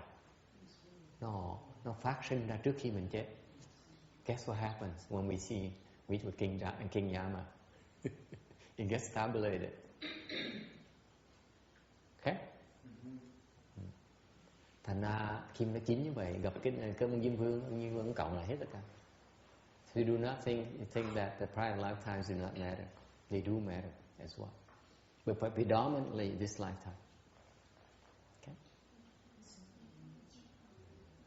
All right. Any other questions? Yes. In this life now, what you live. Yes. In the now. Yes. It is important to live a good life and to do good deeds. And then, but this life is just as important as the next. Is that correct? Yes. Thank you. Cuộc sống này quan trọng như cuộc sống sau. Okay. it's important in the sense of law of cause and effect. If you do plant the right seeds, then the next lifetime you get the rewards for that. So that's why it's important is to think of the future. Don't be so short-sighted and say, okay, I'm gonna make a lot of money at the expense of someone else's. I don't care. You work for me. I will bleed you to death until you useless to me, and I throw you out and hire someone else. Okay, that's not very ethical. It's not very virtuous. That's not nice. It's mean. Okay, so even though you make a lot of money right now, you have those seeds, those evil seeds. And when it's time for you to change body, that's when they get tabulated. Okay? Yes. Question? Don't be shy now. Okay. I see a lot of people that's suffering in this lifetime. Yes. And one of the monks I heard, he said that it's because these people, they didn't do a lot of good deeds in the previous life, or they were like bad people in previous life. Right. That's why they're suffering right now. Right. And my question is, if Buddha is so forgiving and teaching us the concept of forgive other people, then shouldn't they be given a second chance instead of being punished? Well, So badly? okay. Nó hỏi là có gặp nhiều người khổ sở dễ sợ. Cô mới nói là cô gặp những người thầy với cô mấy sư cô giảng là tại vì kiếp này khổ, tại kiếp trước có làm ác quá đi. Tại bây giờ kiếp này phải chịu khổ. Thì cô mới hỏi rằng là Phật pháp với là Phật phải từ bi. Tại sao phải tha thứ giờ? Tại sao bắt họ khổ làm cái gì? Because they deserve it. Đã kiếp.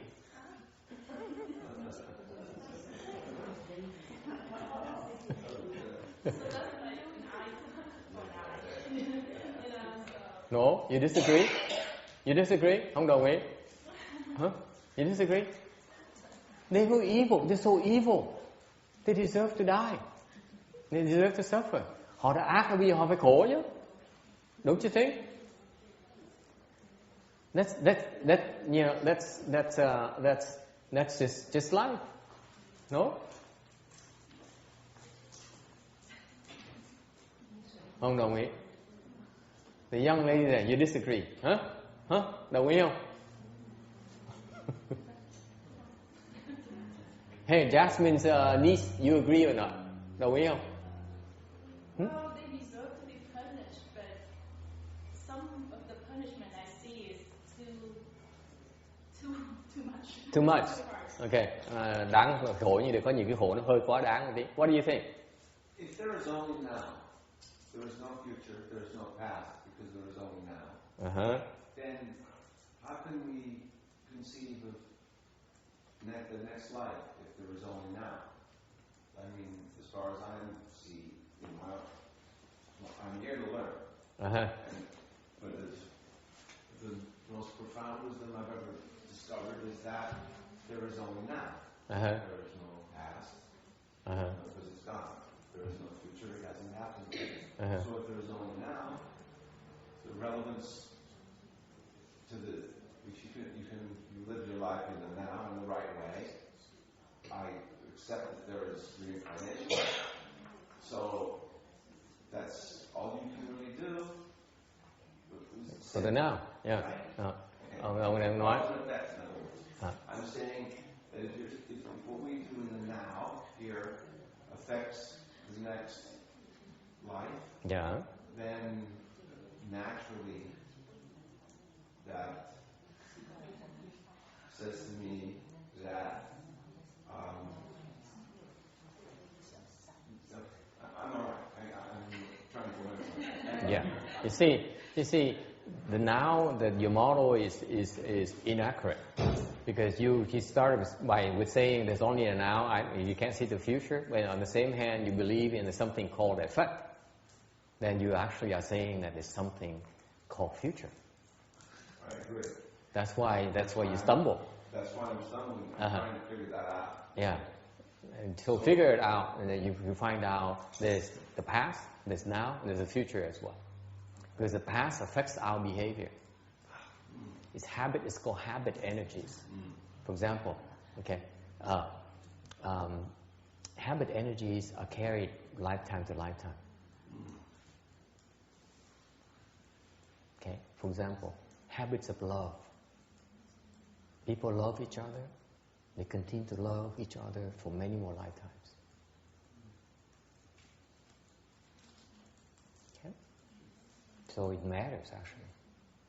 Matters. Yes. I want to take advantage of you talking about, to understand more about the karma and the quantification. Because as you're speaking, and I've heard this before, but it's there's hope, like when you said judge, and try to practice a little bit. Well, a judge is a figure of speech. It's like the image is, okay, some old guy comes and sits down and says this and that. It's not like that. So, and then what's evil? Like these people in Nigeria that just killed 500 people, they thought they were doing a really good thing. Right. They thought they were like, what we think is evil, okay, as a kid, okay, right. My father's going to beat me, so that means it's evil, right, or something like that. So how do we get beyond that? Because I want to say, I'm going to try to do okay, but the calculation and who got that. Now, I don't understand it. Okay. They say karma is infinitely complex. Oh, right. But there's certain concepts that are kind of in the way, like evil, do good, do evil. Yes, absolutely. This is why I try to hurry through the first 5 slides, because I know it's a lot of people will ask this question. Whether we get the meat of this, people will have a lot of questions. Bây giờ quý vị, ta hỏi nhiều câu hỏi như sợ, thành tôi mới hồi nãy tôi mới lùa cái gì đi là lẹ tới đây, tại vì tôi biết tới đây không có đủ thì giờ, phải tới đây ta có nhiều cái vấn đề lắm. Ok, ta hỏi nhiều cái vấn đề nhiều á. Cái hỏi có câu hỏi là are you translating her or you understand Vietnamese? Yeah. Yeah, okay, very. Okay, then so có người hỏi câu hỏi rất hay. Có người nói là những người da trắng ta không thấy được là cái tương lai, ta không tin có quá khứ, không tin tương lai, ta chỉ tin ngày hôm nay thôi. Thì tôi nói nếu mà có tin vào nhân quả thì có quá khứ, có tương lai, có ngày hôm nay. Okay. Cái luật nhân quả cho mình thấy rằng có thời điểm nó quan trọng. Okay. Còn có người khác hỏi rằng là cái khó khăn của tôi là tôi không biết cái ông Kim Vương là ai, tôi không biết là cái mặt ông ra sao mà ai quyết đoán cái chuyện đó, tôi khó thấy. Cái chuyện khác cái chuyện ác với thiện, tôi nói nghe chứ ác với thiện cái danh từ nó không có ý nghĩa gì đối với tôi hết đó. Tại vì những cái bên Phi Châu người ta mới giết 100 người đó, thì những người sát nhân đó, ta nghĩ cái chuyện giết cái chuyện đúng, đâu thấy gì ác trong đó. Ok, thành nó không có được, nó tùy cái mỗi cái quan điểm. Okay. Let me tell you. First of all, there's something called King Yama. It's his real judge. He's a person who has clarity of mind, he's fair, and says, okay, good, bad. Okay, there's such a person who decides. First of all. Well, only one question. How could he, such an individual, we're just saying projecting he, right? If that is, how clear mind, how could they know everything about my life? Like that I took a breath here and looked at that yellow light. Absolutely. How can they with that? Okay, how can they? Good point. How can they? How can they attempt? How can they? Huh? How can they? It's a good point. Ông hỏi, ok, ông Diêm Vương là ông ai đó, tôi nghe nói cũng xôn lắm. Như là tôi hỏi, làm sao ông biết là cái chuyện tôi làm, một cái nghiệp tôi làm là sao? Làm sao biết được? Yes. Okay. It's what we have. This is Buddhist technology again. It's called something called eighth consciousness. It's like a huge disk drive that is unlimited. Whatever you do is recorded there. How about that? It's just like they put a video camera on you and they record every single move you make. From the moment you take your first breath to the last breath, it's all recorded. How's that? Is that possible? Not in my mind, but I hear you. But the technology, I mean, the concept is, it's the concept. That's the concept behind it. Okay. Right now, the technology is not there yet because no single disk drive big enough to contain all ours. Okay. But basically, information is recorded. Ours, that's called karma, by the way. Okay. Our karmas are recorded. Everything we do is recorded. So the actions we take. Yes, are recorded. In this and done Right. in the now. All recorded. All recorded. Yes. And And then he looks at that and says, okay, for this kind of karma you create, you deserve to get this kind of effect. and this being that does this is It's called King Yama. Buddhist technology. Yes, King Yama. It's not Buddhist technology. Basically, we describe it. We describe the process. Okay. Concept I understand. Okay. The process is actually happens. With my mind, our minds like to say there's a judge, but there's really a calculus. Like the judge doesn't say, oh, because it says that here, I'm going to go the other way. The judge just reflects the calculation. No, actually, it's a judge. Actually, a judge who says, Not an ego. yeah, Not an ego. no, not an ego. This is actually being in the yin world down there who decides. Okay, who decides where we go next? It has to be determined. And actually a person decides that. And I go to that later, okay? Hang on there, it's a good point. Người ta ông hỏi này thắc mắc nhiều chứ, tại vì người da trắng ta không biết được là ta biết cái chuyện mà kinh Diêm Vương là gì đó, ta phiền não chuyện ta nói là ta sao mà có chuyện mà có người mà ta biết được cái chuyện tôi làm cái nghiệp tôi làm từ đầu chí cuối được, ta nói có chứ, ok? Rồi ông đó là sao? Cái người hay là chỉ là một cái máy hay là điện toán hay sao? Không có một người ngồi ở dưới âm vương á, cái cõi âm á, quyết định mình sẽ đi đâu. Okay? Mình sẽ nói từ từ. We feel, we get there. Okay. Any other questions? Yes. Lots of questions today. Bà thầy, Yeah. nói âm dương đó thì không ai thấy được hết á. Chỉ mình đó, lúc mà mình lâm chung đó, hoặc là mình ngã bệnh xuống đó, là nó hiện ra cho mình thấy. Mình tự mình biết thôi. Phải không thầy? Yeah. Lúc đó mình mới biết. Lúc đó trễ rồi. She's saying that the yin and yang thing here, right now in the yang world, when we die, we belong to the yin world. So what happened to us, then we know that by then. But by then we go into the yin transition period called intermediate skandha body for 49 days. That's the yin side. Then we know that. We know that. Our relatives, our friends don't even know that. They can't access it. Okay? And by the time we know it, it's too late. Because our friends don't know it, our family does not know. That's why, this is when we need help. This is when we really, really need help. I come to that. Hang on, hang in there. Okay. Bởi vì lúc đó mình biết, nhưng người thân nhân mình không có biết. Cái khổ là vậy đó. Lúc đó mình cần sự giúp đỡ nhất. Mà người thân nhân mình không biết cách giúp. Okay? Second question. Yes. Có ai thắc mắc gì nữa không? No other question? Yes.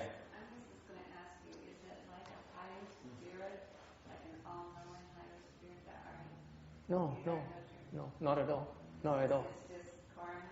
No, it's just a gentleman who has access to our records and whose job is to say, okay, I tabulate the good, I tabulate the bad. And based on that, my training tells me, my judge training tells me that the law of cause and effect tells me that because of the net tabulation here, you deserve to go somewhere else, either to enjoy the blessings or to suffer the consequences. Okay? So he has that clarity of mind to decide based on his knowledge, on his training. That's what he does. Okay? So it has some level of wisdom involved in that, where that goes. Okay? He needs to know what is fair and what's not fair. What is evil, what is not evil. Okay? Because hỏi là làm sao cái người đó người ta ông đó là sao, người thiệt đó hay là chỉ là tưởng tượng. Người này người có trí tuệ nữa, người ta thấy được cái thiện cái ác. Because basically, okay, in the bottom line is that there's something called evil and something called bad. That's universal. It's not relative at all. Okay? Cái chuyện thiện với ác á, nó tuyệt đối chứ không phải nó phải what's relative. Opposite of tuyệt đối là gì? Tương đối. Thank you. Okay. Meaning that, for example, evil is something is clearly defined, where as far as Buddhism is concerned.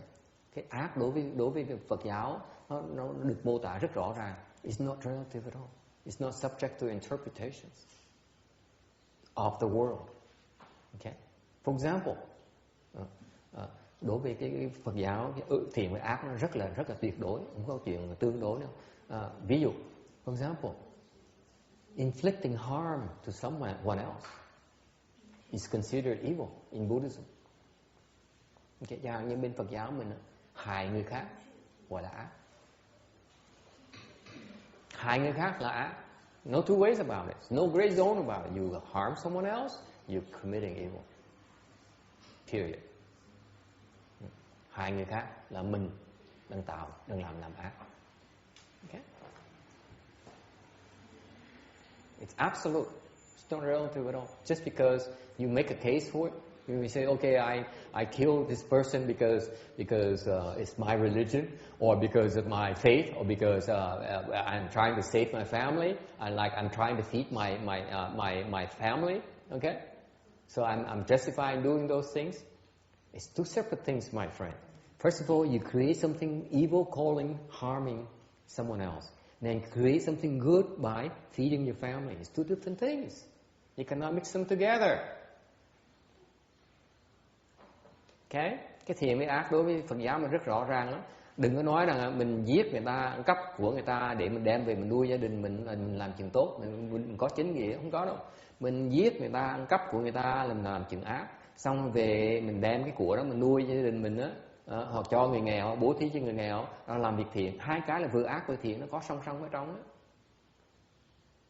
Okay?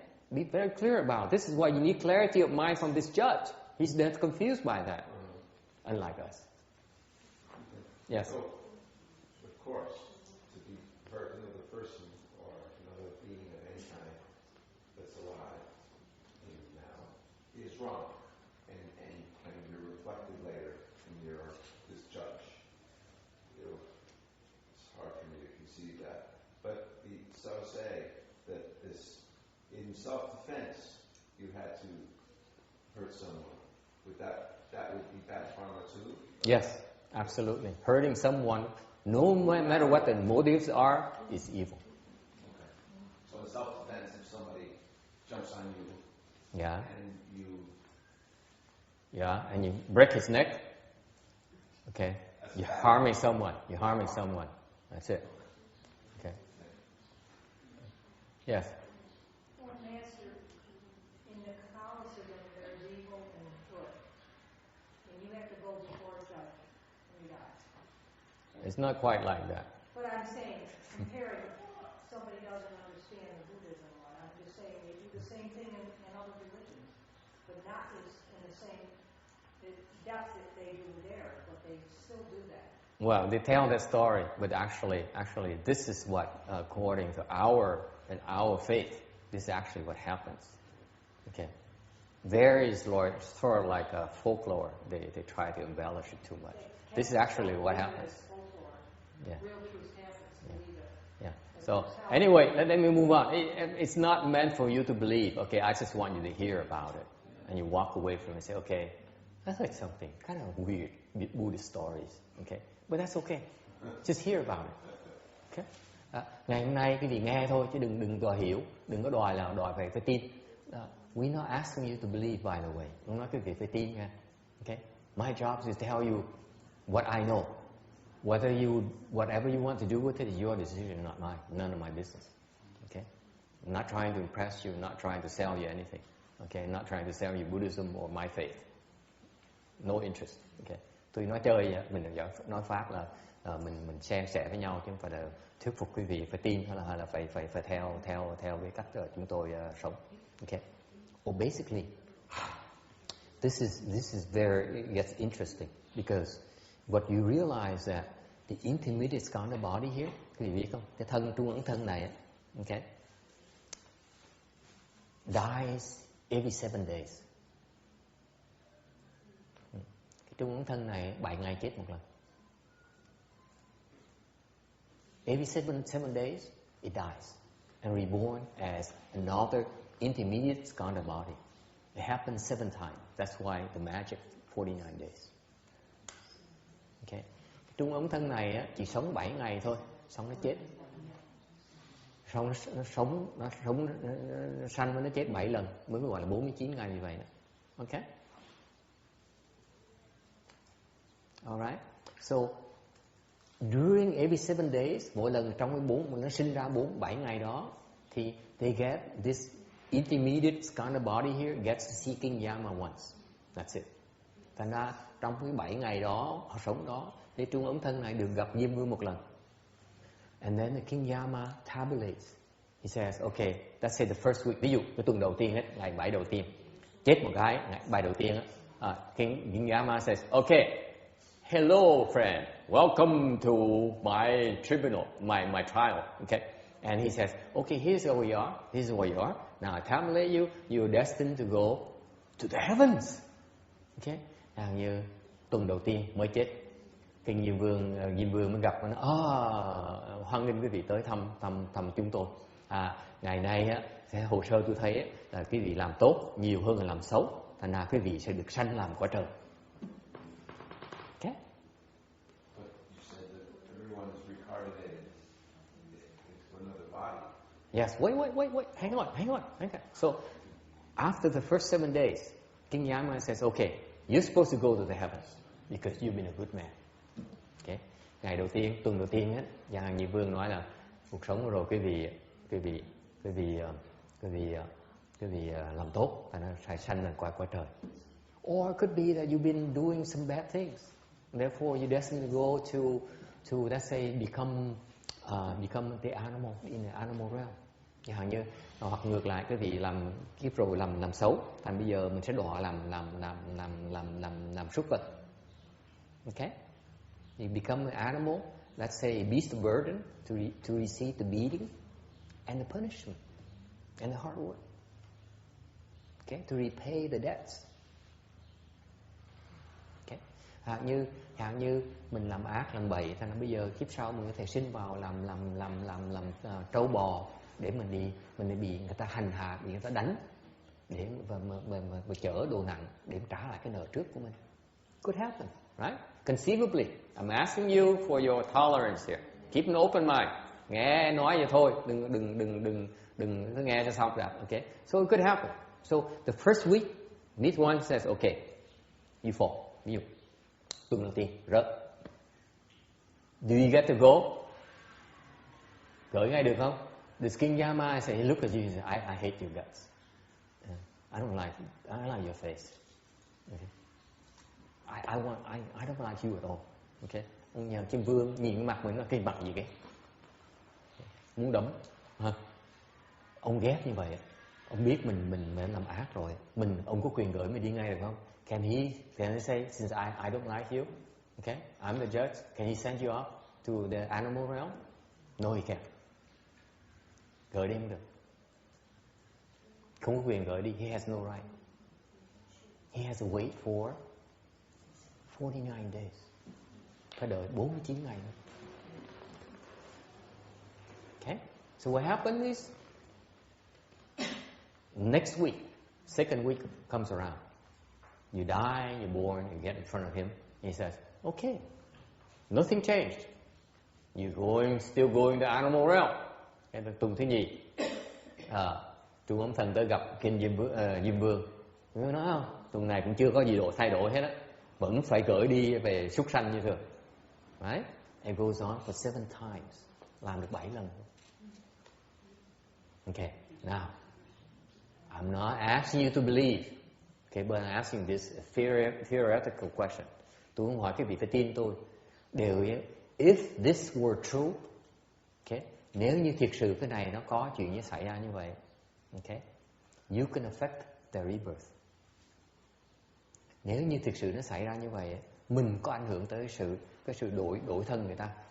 Because if during this 49-day period, if you decide to, let's say, do something good, trong cái thời gian này, mình phải giúp người ta bằng cách mình làm chuyện thiện, then you transfer the merit and virtue that doing good thing to the deceased. Okay? Ví dụ, trong thời gian này mình làm chuyện tốt, làm chuyện lành, xong mình hồi hướng công đức cho cái người mới qua đời đó.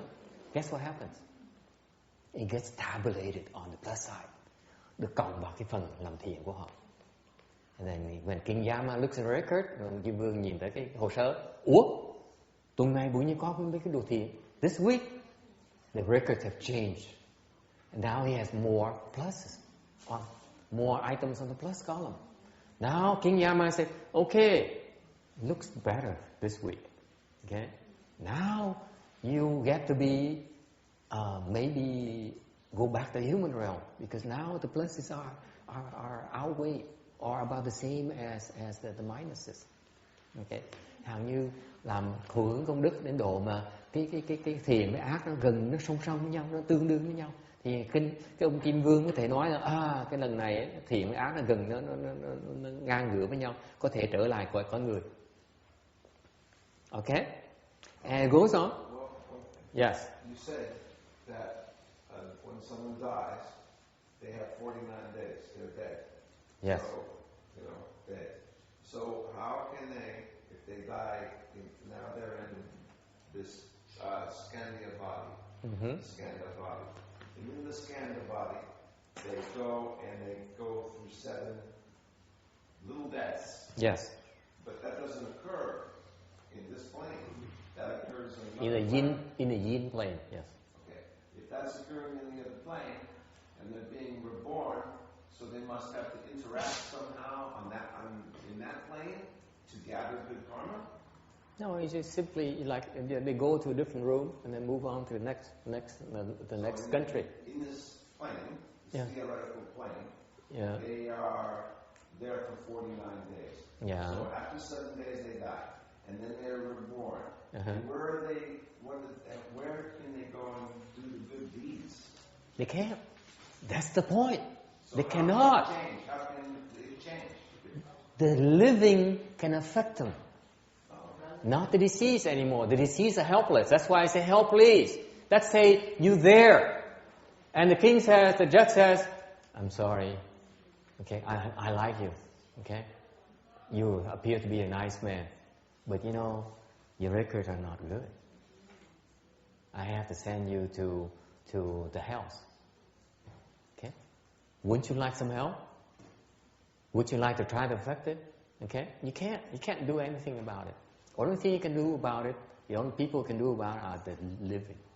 The people are still alive. Your relatives, your friends, your acquaintances can then do something to help you.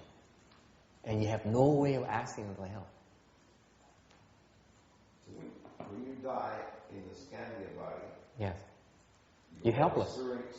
It's a mini death. Yes. It's not really death. You're already dead. You're on a staging process. Oh, okay. You're being staged to go to the next realm. Yeah. Okay.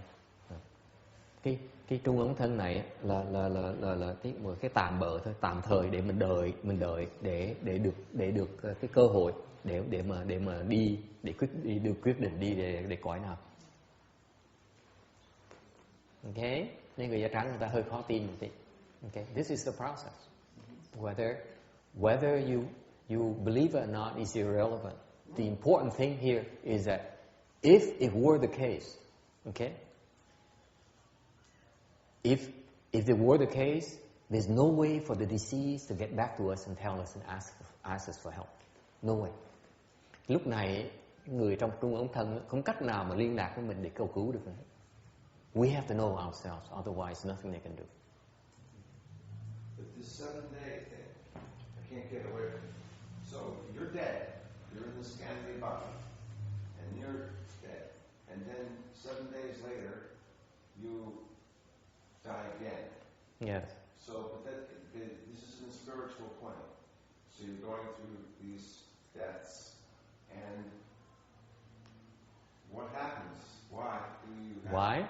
Because every 7 days, every 7 days, when you die, let's say, okay, here's where I'm getting. Ông hỏi tại sao mà vào cái chỗ trung ấn thân này ông làm khó chịu, ông có thắc mắc nhiều, tại vì tại sao phải chết rồi tôi mới nói. This is the process, because a death has to occur before you can go to the next body. Get that? Mình phải có cái chết mình mới đổi cái thân được. Hiểu không? You get the point? I'm getting it?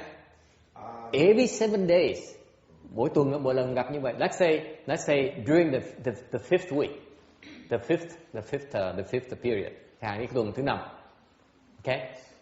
Let's say you get in front of the judge and the judge says, "Oh, by the way, now you can go to the heavens." Tuần thứ 5, mấy tuần trước thì mình thua liễn xiển, tuần thứ 5 này thắng kiện rồi. Con tòa Nghiêm Vương nói bây giờ đủ phước để mà sanh quả trời rồi. You get to be born into the heaven, the desired heaven. Như ông thân tôi đó. Bây giờ tới lúc mà được sanh vào quả trời rồi. Muốn đi không? Would you like to go? He asked you. It's your choice. Would you like to go? I don't think there is that. Okay? So then you say, gee, considering my options, it doesn't sound too bad. It doesn't sound too bad. Okay? Okay? So actually you get to decide. You get to choose for yourself. Okay?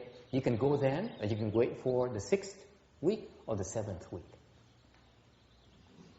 Thành lúc cái tuần thứ 5 đó, nhiều khi mình đủ phước mình sanh quả trời rồi. Okay? Nhưng đều mình có quyền quyết định. Mình nói mình đủ, mình đi sanh quả trời, hoặc mình muốn đợi thêm một tuần nữa, hoặc đợi thêm một tuần nữa, thêm 2 tuần nữa.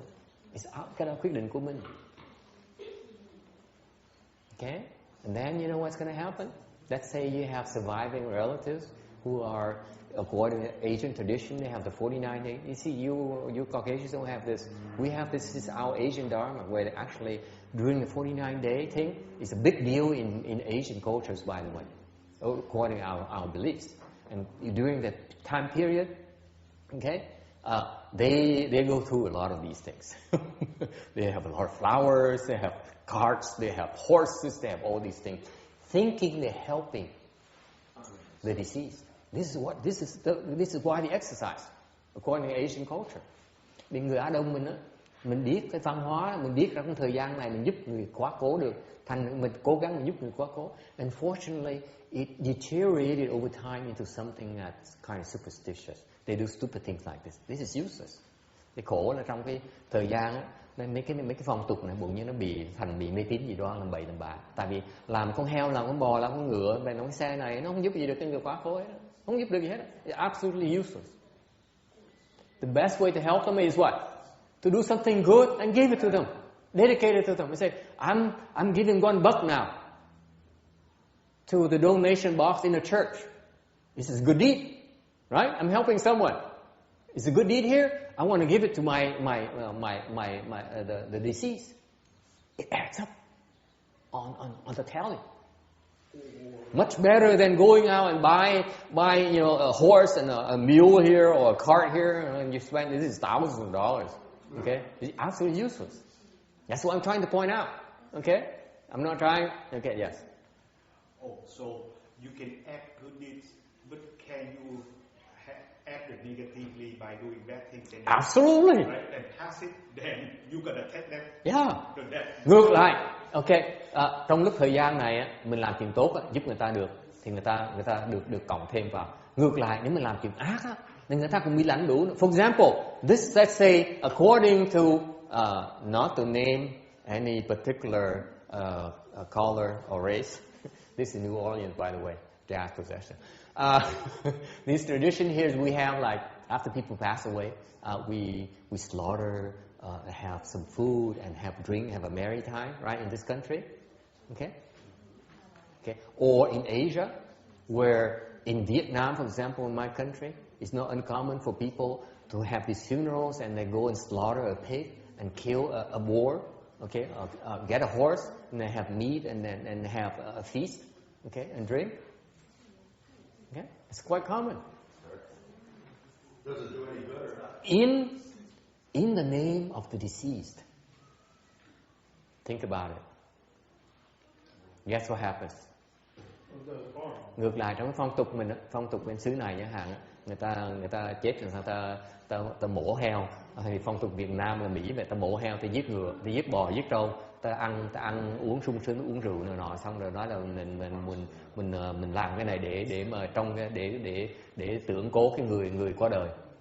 Guess what happens? You're creating all these because of the deceased. Guess who gets to benefit from it or suffer from it? You benefit from it, but the deceased suffers from it because all the evil deeds are done on their behalf because of them. It gets tallied up on the negative column. It does affect them. Nếu mà làm chuyện ác, làm chuyện tầm bậy như vậy, vì danh nghĩa cho họ, giúp họ, về cho họ, thì họ cũng lãnh đủ, họ không chạy đâu được hết. Okay? Yes. I would like to take advantage of talking with you on this thing about karma.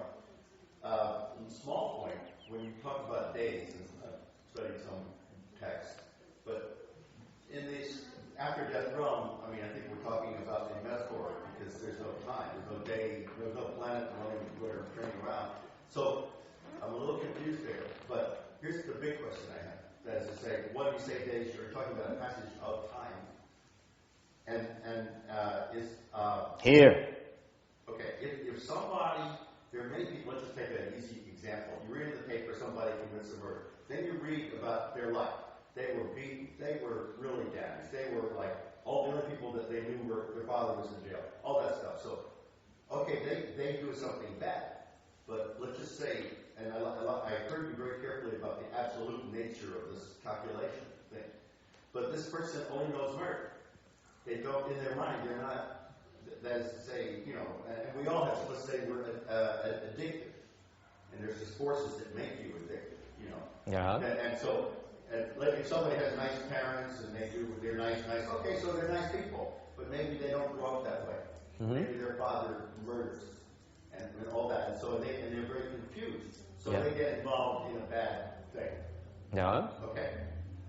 Karma-wise, so I mean, how's the absolute factor work with them?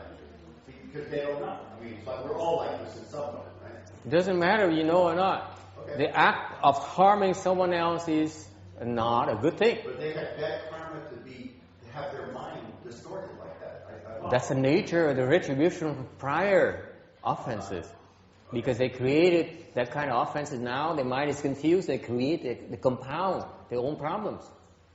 It's the nature of the suffering. Is it harming yourself as well as others? Because there's some things you harm yourself, but absolutely. You're not harming other people. Yeah, sure. Well, okay. Especially some people, let's say they eat so much, they get so bad. Okay. You know, first of all, right? Yeah. So you're saying that's a negative. Yes, absolutely. If you harm someone, there's no two ways about it. You harm someone else, no matter what the rationale, including yourself, okay, it's not good. All right, and I guess I'm left with the one question, because I want to end the speak about today. Suppose you don't have very much, some people have choice, some don't, so they hurt, like, let's say, an addict. Yeah. Okay, maybe they have choice, but they don't really have choice. So how's that?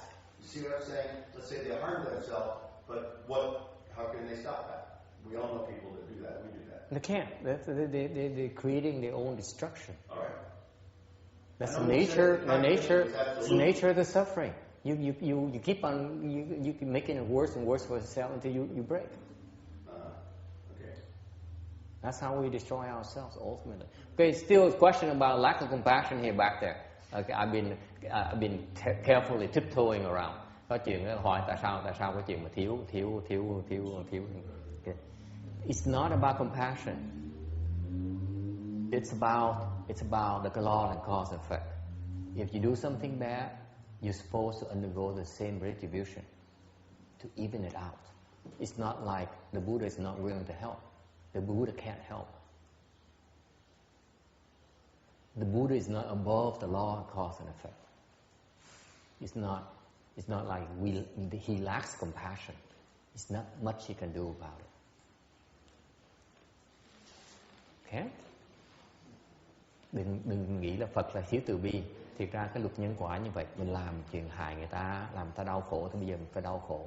Thì mặc dầu Phật thấy mình đau khổ, Phật cũng chịu thôi. Okay? Actually, it's a lot more involved than that, but I'll tell you a general principle of what it is, the cause and effect. Actually, a lot more involved in that. Okay, but basically that's why there are many facets to the problem than simply compassion. Yes. Right. She was asking why does the Buddha have more compassion? But it's not the Buddha that's hurting them. It's the karma, their own karma. Yeah, they're hurting themselves. Right. Yeah, they're inflicting it on themselves. It's just like the drug addict. It's the nature of retribution. He's supposed to harm himself. Okay, where are we? Okay, let's say, so during this time period here is where not only the good is done on their behalf, helps, but the bad also pulls them down as well. Thành ra trong cái thời gian 49 ngày á, người ta cái chuyện mình làm tốt á, giúp người ta, chuyện làm ác cũng hại người ta nữa. Okay, so by all means during this 49 days period here, folks, be careful. Trong cái thời gian mà 49 ngày sau khi chết, cẩn thận một tí. Okay? Let me tell you. You don't believe me now. For you folks, you don't believe me now. Thì bây giờ quý vị không tin tôi ha. Quý vị không tin á. Okay? When you get there, I told you so. Okay? Just a friendly reminder. Okay? When you get there, I told you so. Okay? You know that. Okay? It's not about belief or faith. It doesn't matter. But whether you believe it or not, whether you like me or not, whether you believe in Buddhism or not, whether you have to be Buddhist or not, is irrelevant. This is the process we all go through. Period. Okay? Đừng có nghĩ là tôi đừng nói là tôi không tin thầy, là thầy nói chuyện tầm phào, là tôi không thể tin tưởng được thầy. Thì tôi nói cái đó không quan trọng. Chừng nào quý vị tới lúc này, như hồi này Khoa Ngân nói, tới đó sẽ biết. Thì tôi chỉ cái việc của tôi chỉ báo trước chi vị biết là chi vị nó như vậy thôi. All I can do for you is describe to you the process. Whether you believe or not, do something about it. It's your decision. You see, it's totally each individual decision. You decide. Okay, ultimately during the 49 days here, King Yama actually gives you a choice. He says, okay, you have these options here. Which one do you choose? For example, let's say right now you can go to the heavens, okay? But since you're so attached to your wife, I can send you back to the human realm because the human realm requires less blessings. Let's say you have $1 million of airfare. You only use $500,000 to go to the human realm. Okay? That is my choice. That's your choice. Okay? He does consult with you. He's not like he says, I hate you because I don't like you. He cannot have those types of emotions affect him. That's why he's called a judge. That's his job. If he is not impartial, he does not qualify as a judge. Okay? Phải nhớ rằng lúc cái chuyện này á, cái chuyện lúc mà mình có quyền quyết định ở trong, chẳng hạn như mình đủ phước để sanh lên cõi trời, okay? Nhưng tại mình còn thương ổng quá đi, tại mình phải nhớ ổng, tại mình lật đật mình trở lại cái cõi người này để mà gần gũi ổng, okay? It's not uncommon for that to happen. Yes. This is sounding to me a little bit like the punishing God. And who is this person, this judge? Who appoints this person? Who makes him? Gives him this authority over timeless interpretation of karma. And who appoints it? I don't know. To answer the question, to tell you the truth, all I know is that it gets decided by someone who decides on the cause and effect. How it's appointed, who appoints them, I don't know.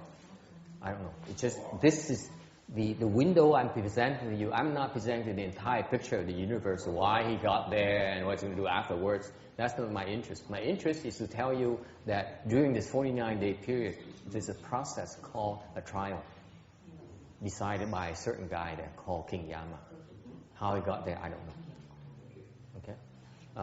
hỏi tôi là cái người chim vương làm sao mà từ đâu tới, tại sao không có chuyện là làm, ai là người, ông phải ứng cử hay ông phải làm gì để được làm chim vương? Nó tôi không biết, tôi thì tôi chỉ muốn diễn tả cho quý vị biết á, là cái thời gian này 49 ngày, cái thời gian mà nó quan trọng, nó quyết định cái tương lai mình thôi. What I'm trying to tell you is that what the relevant thing here is the relevant information that help affects our destiny. Okay, I can't care less about King Yama, to tell you the truth. Just like now I'm in jail. I'm going to be judged by Judge Anderson out there. I better know about this guy here, okay? And how to get his good side, what he's going to use to judge me, because it affects my future, it affects my life. That's what I'm concerned about. I don't care where Anderson came from or where he's going to go next. It's not terribly important to me, if you ask me. Okay? More important to understand that since there's a judge there, I better find some help. I better hire an attorney. I better do this to maximize my chances of success, of getting out there in a good way. Okay? There's such a process, okay, according to Buddhist folklore. Okay. All right. Any other questions? Just one more. Yes. Just one more? Just one? Now, anyway, on this subject. The 7 deaths that you go through in this 49-day period. Yes. Is that like you were born and you live 7 days and you die? Yes. And then you're born and live 7 days and you The die? time period corresponds to our human time span. 87 days. This is we, surviving relatives or friends, have 49 actual days to try to help them if we want to. Okay. I now see the point of the whole thing. That's right. This is why I'm telling you. This is why it's called Buddhist technology. It's there. Whether you do something about it is your decision, not ours. Okay? Just in case you say that, oh, he left me $1 million. Maybe I spent $10,000 to do something good on his behalf. Just in case it might help. That's all I'm hoping for. Okay? You feel good about it, and it helps him. Okay? And it makes a difference. Instead of buying something stupid like these horses and these donkeys. Okay? Ông nói, tôi nói chuyện vẫn tin quan trọng. Cái tôi muốn nói quý vị biết trong thời gian 49 ngày á, mặc dù không tin tôi đi nữa, nhưng là trường hợp chẳng hạn như là ông cho mình hưởng gia tài nhiều tiền quá, có đủ 10.000 thừa, mình lấy 10.000 ra, mình làm việc thiện, xong rồi hướng công đức cho người ta. Việc làm như vậy nó giúp đỡ người ta. Thay vì đi làm chuyện tầm bậy, instead of spending thousands upon thousands of money, of dollars on these things are silly. Okay, it's only for the living. It's not for the disease. That's all I'm trying to tell you. Okay, keep that in mind. Okay, instead of spending so much money, investing so much money for yourselves, invest some to help the disease, for goodness sake. Wouldn't you like to know that? At least have that kind of eventuality, just in case it's true. Because they need help. Thì tôi nói là cái tin không quan trọng, vấn đề quan trọng nhất là quý vị, gia đình quý vị đó, khi mà người qua đời rồi là sẵn sàng bỏ bao nhiêu tiền đó để mà làm đám tang cho nó lớn thì là lớn, cho nó xôm thì là xôm, để mình vinh mặt với đời với người. Việc làm như vậy á, thiệt ra nó không giúp gì nhiều cho người chết á. Chẳng thà bỏ tiền ra, một số tiền ra mà làm chuyện tốt cho người chết á, thì nó có lợi cho người ta hơn. Ý tôi chỉ nói chừng đó thôi. Okay? Anything else? Any other questions? Okay, let me tell you. Okay.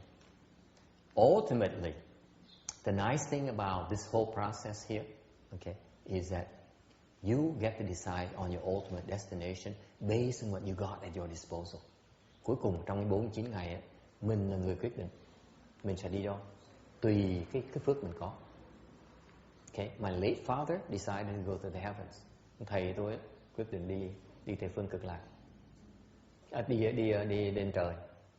Thầy thích lên đó chơi. In fact, truth of the matter, he did not have enough blessing to go to Western Bliss Pureland. Sự thật là lúc đó ông chưa đủ phước để mà sanh ra Tây phương cực lạc. Because Because if he had it, he would have not hesitated. Let me tell you, the Pure Land is much nicer in the heavens, okay? According to our Buddhist folklore. Okay. Thì ra Tây phương cực lạc đó, nó sung sướng hơn là cõi trời nhiều. Okay. Anything else? Okay, that's why the 49 days is a critical time period to try to help them. Okay. 49 ngày là cái thời gian rất là quan trọng để giúp người ta. Okay? Alright. Okay. So, how about yourself? Như mình sao? Cuộc đời này là sao? Okay.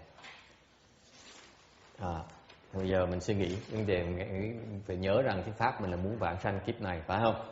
Okay, remember, our objective is trying to obtain rebirth this lifetime, just in case. Okay.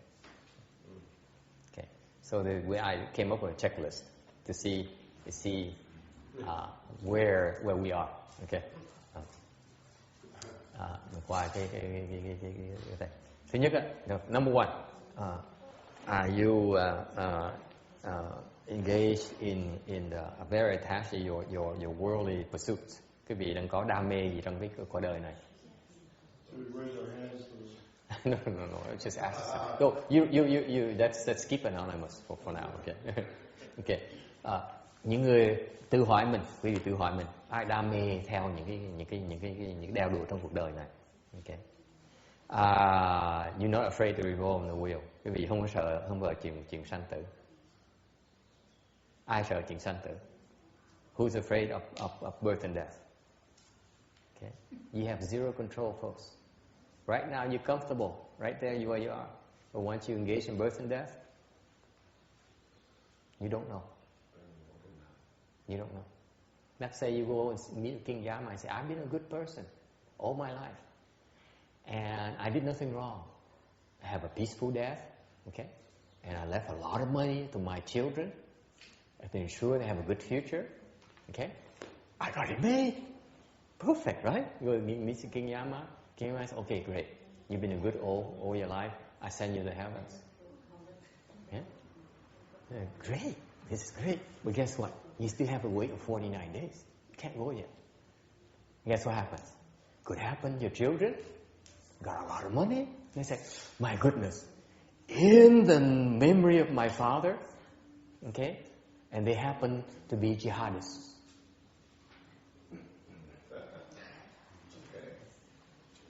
Name of my father. I'm going to spend his fortune, okay, to do jihad.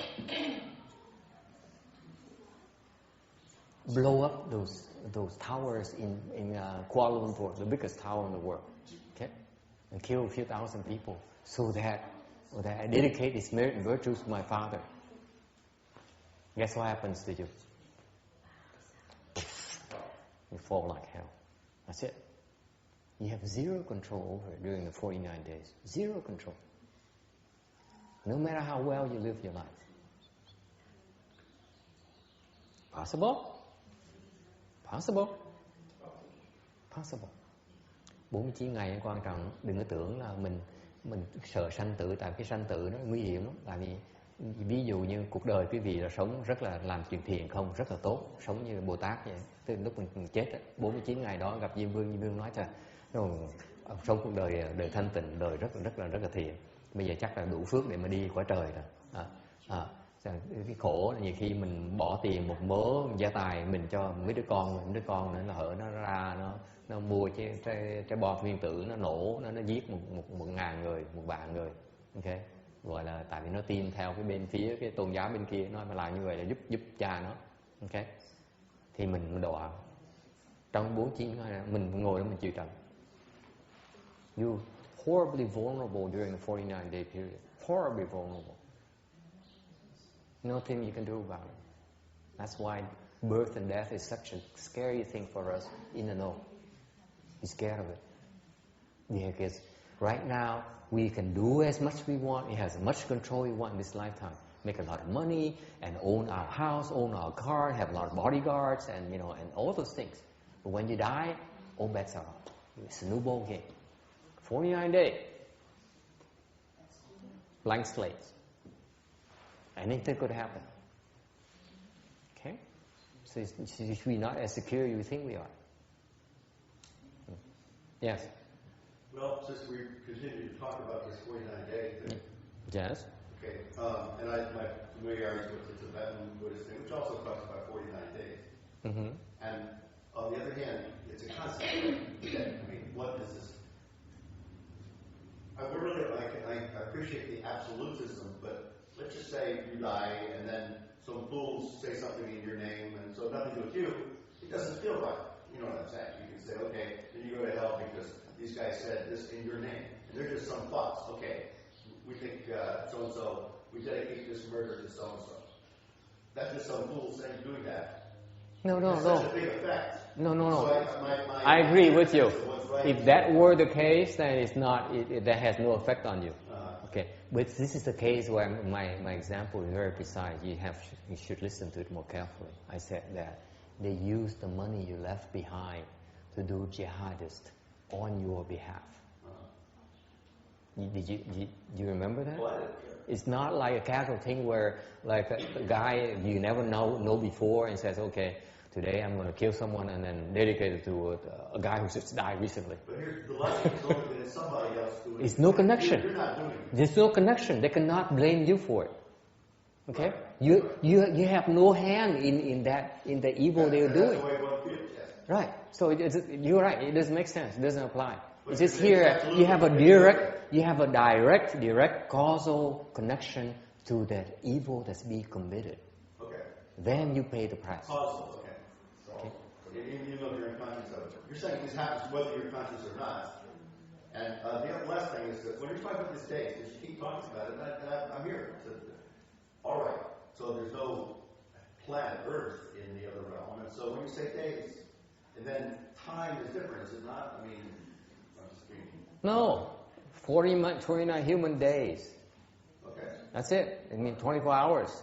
Times. And every 7 days you die. Yes. In the 49 days. You change your body.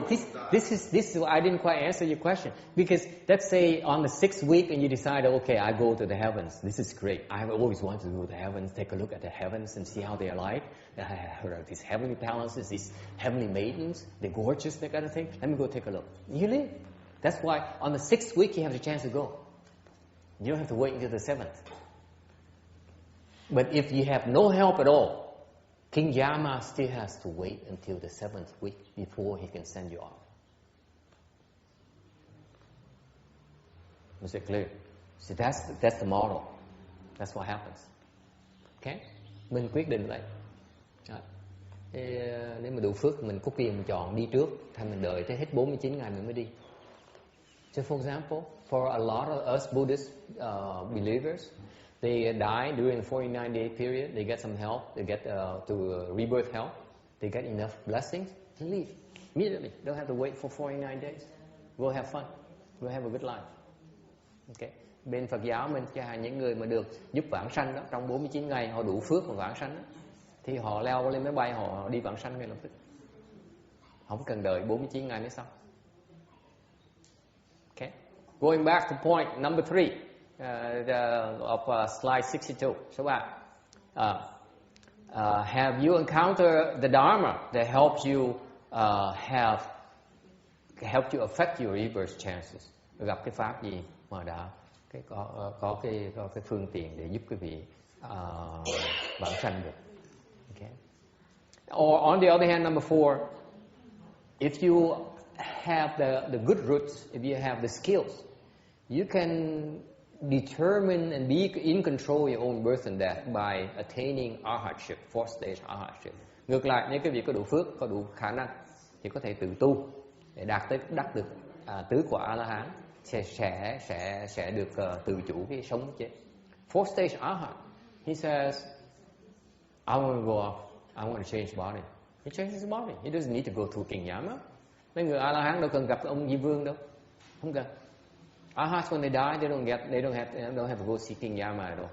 They say, I go to the heaven. They go to heaven. That's why they are arhats. They're not mortals like us, according to Buddhist folklore. Okay. Mấy người A-la-hán khác mình chỗ đó. Người thường mình chết là phải gặp, thường phải gặp Diêm Vương. Còn A-la-hán chết nó bây giờ tôi muốn đi chơi giờ khác, đổi thân khác. Nó để đổi thân thôi, không cần gặp ai hết. Okay. They're beyond King Yama. Alright? Or if you become enlightened, hoặc là mình giác ngộ, even higher level in Arhat, you may get it. Okay. Cũng như vậy luôn nữa, cũng thoát luôn nữa. Okay. Or if you none of the above, hoặc là người khác, quý vị không phải những người trên, and you wish for rebirth to the Western Bliss Pureland this lifetime, by the time you die, hoặc là ngược lại mình chưa đủ phước làm đủ sức mà thành A-la-hán hoặc là thành Bồ Tát, thì mình muốn vãng sanh kiếp này. Then if you want to be in control, cultivate to obtain the Buddha recitation samadhi. Nếu như vậy thì muốn tự chủ thì tu niệm Phật đấy, tu niệm được tới cái trình độ mà 10 cái danh hiệu ngài A Di Đà Phật nhất tâm bất loạn. The Buddha guarantees, according to the Amitabha Sutra we're explaining here, that if you can obtain the recitation samadhi, he guarantees you that by the time you die, he will come and bring you back to the Pure Land with him. That's his guarantee. Okay. Thì Phật mới nói là nếu như cái vị mà theo cái kinh này, kinh A Di Đà này, nếu cái vị mà niệm Phật mà 10 danh hiệu A Di Đà Phật nhất tâm bất loạn, thì Phật cam đoan cái vị rằng khi cái vị chết, Phật sẽ tới rước đích thân, tới rước cái vị về. Okay. How about number 7? What if you have none of the above? You don't have you don't have 3, don't have 4, don't have 5, don't have 6. Chẳng hạn cái vị không có được gặp số 3, không gặp được pháp, gặp thứ 4 không gặp được A-la-hán, gặp thứ 5 không thành giác ngộ, thứ 6 cũng không niệm được Phật tam muội. Okay.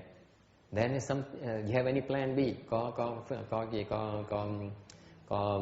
phần hời gì được không? Okay. This is when you need to be aware of the 49 day and ask for help. Lúc này quý vị phải biết cái pháp 49 ngày để giúp, để yêu cầu người ta giúp. Okay. Do not, if you believe in this, do not wait for your relatives to offer help to you after you gone. You take care of yourself. Tôi khuyên quý vị, nếu quý vị kiêng cái pháp 49 ngày này thì trước khi quý vị đi đó, lo cái 49 ngày trước khi mà đi, đừng có đợi thân nhân mình lo. I urge you to take care of it yourself. Don't have anyone else take care of you. Wait a minute, so you remain in control. You remain in control of your own destiny. So I can request a 49 days before you die. 20 years before I die. Absolutely. Just for the heck of it. Just for the heck of it. Why not? Okay. Of course, you might be cheated, but you never can tell. Okay. But the point is that if you have the choice, if I had the choice, I'm advising you that to take care of it yourself. Okay. Do not wait for your family members to take care of it for you. So let's say that if I have a request, they do whatever they want. Let me stress. They can go and do it the Catholic way, the Christian way, the Jewish way. It doesn't matter. Okay, you take care of yourself. You take care of your own 49 days. What they do is what they do. Nothing you can have. You have control over that. You control over your own destiny. Đừng.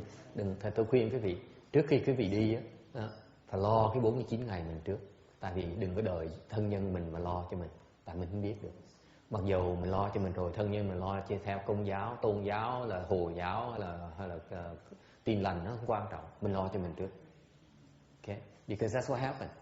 What happened is that the people that we help obtain rebirth came from Catholic families. Their family insists on Catholic stuff like that, and their relative happened to be Buddhist. They asked us to help, and we helped them obtain rebirth and Pure Land because they chose to go, not because we forced them. Okay? Thành ra nói cho quý vị biết mấy cái chuyện lúc mình chuyện hậu sự đó, có những cái gia đình mà người ta là công giáo, người ta công giáo dòng họ đời luôn, nhiều đời là công giáo rồi. Khi họ chết thì gia đình theo cái công giáo, đều có người cháu là bên Phật giáo, thì người cháu yêu cầu bên phía mình giúp người ta, thì bên kia người ta làm công giáo, chuyện công giáo, còn bên Phật giáo mình làm. Cuối cùng cái ông này ông quyết định ông đi về phía Tây phương Cực Lạc, chứ ông đi về phía thiên trời, bên phía kia.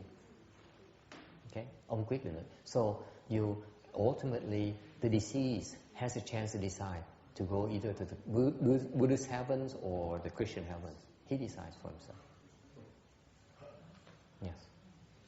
So going back, if I pre-request a 49 yes. day with a temple. Yes. And with oh, by the way, it's not available with the other temples. Right. Yeah. See, the reason. Wait. Let me get the point. Let me get the point. This is why I'm recommending you take it. Not only because you want to take care of the 49 days in advance, because you want to be control, you want to choose who's going to do it for you.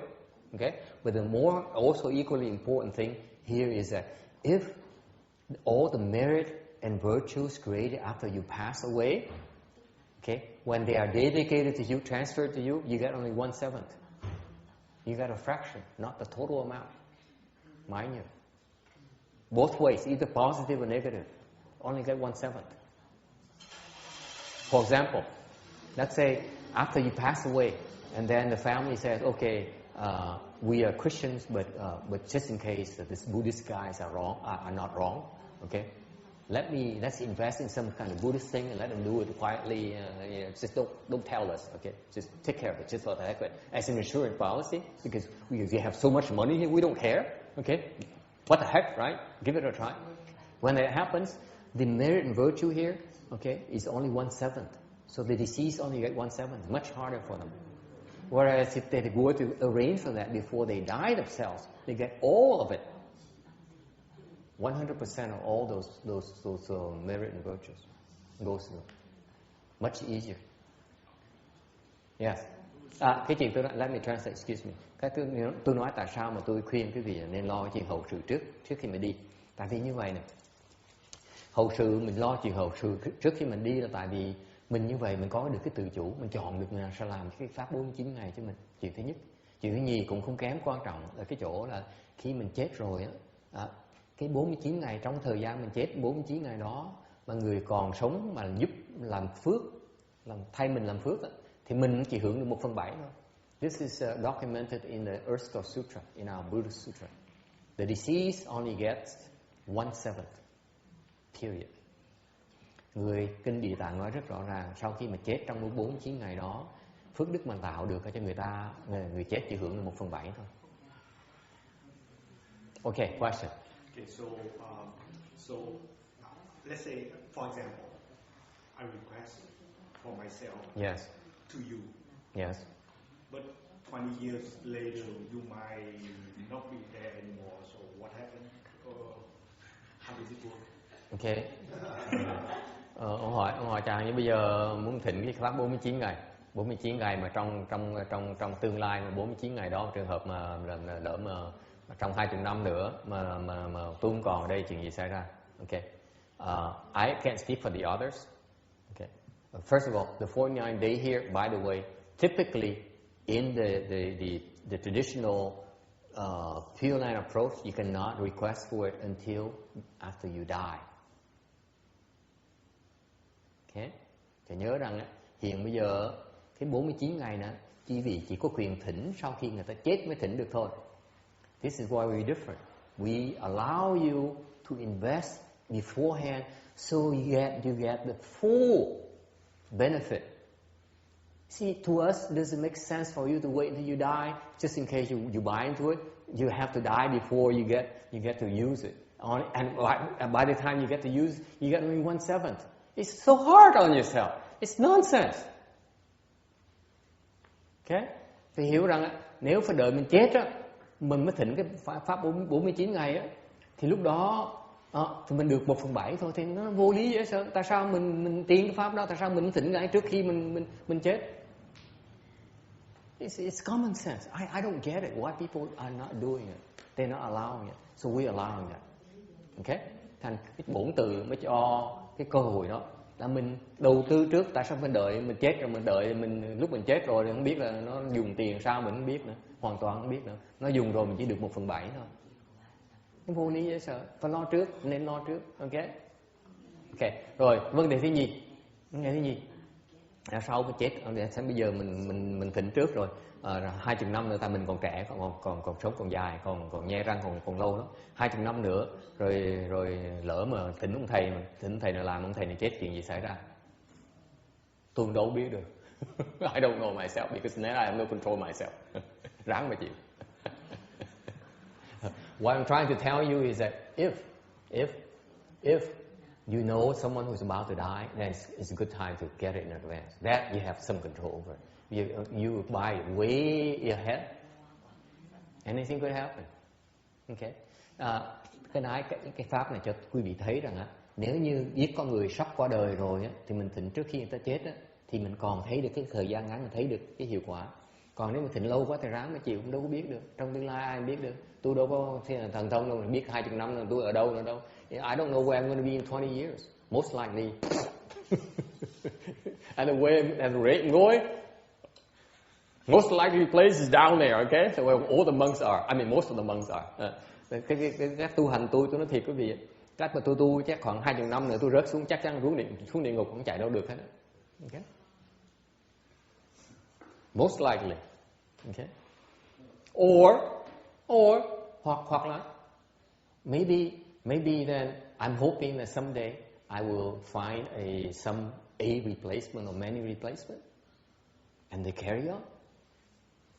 Hoặc nói cái khác là nhiều khi tôi hy vọng là trong tương lai tôi tìm được người đủ sức để mà tôi truyền lại cái pháp này để người ta tiếp tục làm chuyện của tôi làm. Then you cover. You don't know. I don't know myself. Because right now right now I look at all of you. All of you. Sự thật đó, ngày hôm nay mà tôi không biết là tại sao, tại vì tôi nhìn thấy quý vị không cách nào mấy người này làm được hết, mình chịu thôi. I have to wait until the person shows up. Okay? And says, I want to learn, I want to do this because that's my purpose in life is to help others. Then maybe it's a chance. Okay? But right now, no one has stepped forward yet. Có thể ngày nào đó có thể tình hình nó thay đổi. Có người sẽ bước tới nói là thầy con muốn học cái pháp này để con muốn giúp đời giúp người. Chứ hiện bây giờ không ai hết. Right now you're also busy worrying by yourself about your money, your profit, your cars, your houses, your stock options and all those things. You can't help it. Okay? Does that answer your question? I'm brutally blunt. I mean, that's all I have. Okay? That's all I got. I can't give you more than that. Okay? If you're stupid enough to request something 20 years ahead, you deserve it. Let's plan B. However, the flip side of it, you should not request the 49 days, but you should request the rebirth plan before I go.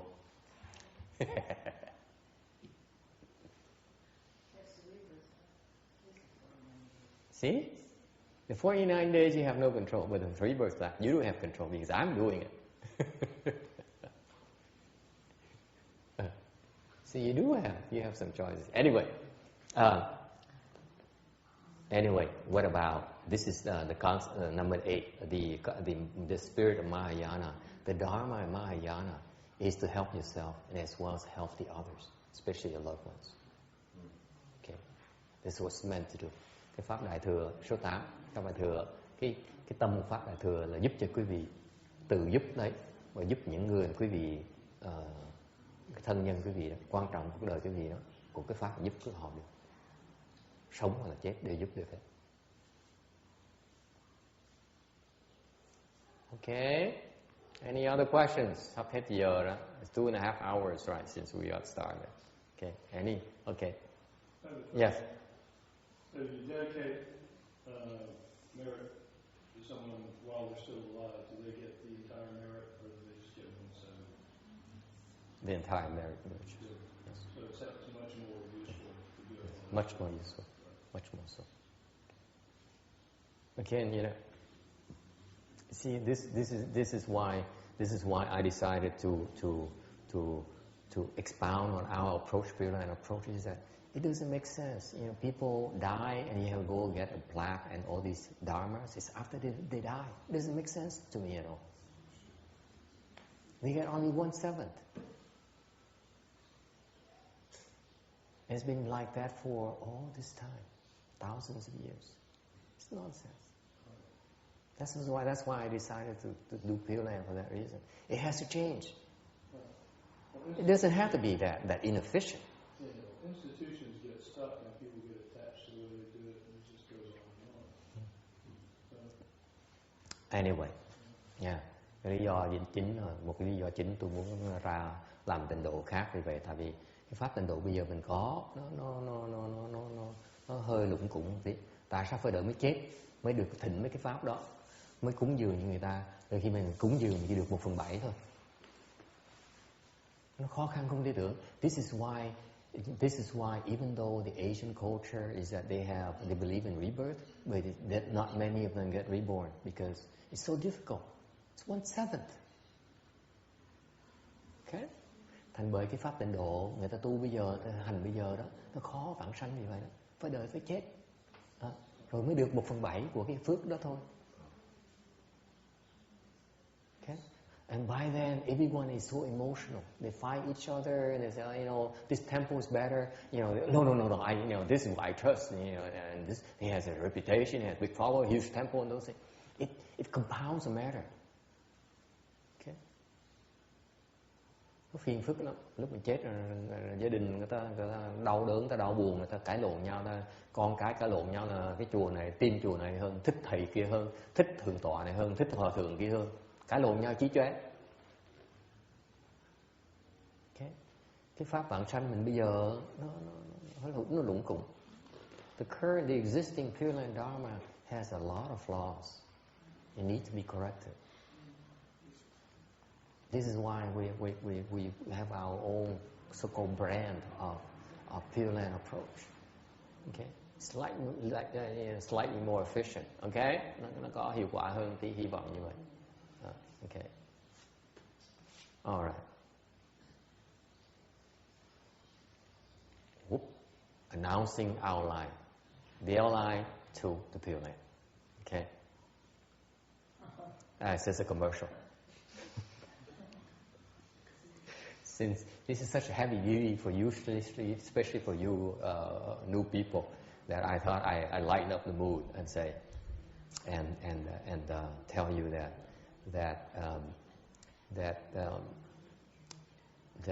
as far as our aspiration is to have a new line where it's a little bit more efficient, a little bit faster for you to get there, should you have the inclination to go there.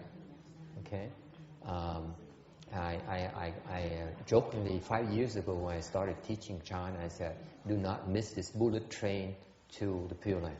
So that's why I kept this picture that Ước took from his 2005 trip to Japan. He thinks that his pictures are useless. I thought I take advantage of his photographic skills here and put it in my commercial. I need you to sign a release form later afterwards because that's my 49 days swap. Okay. All I'm saying is this.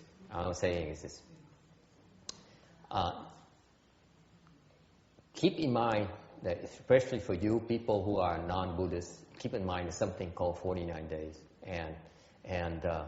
And if you find yourself, your family or members investing money in the funerals, I strongly advise you to invest some of that money on the Buddhist approach for the heck of it, just in case, as an insurance policy.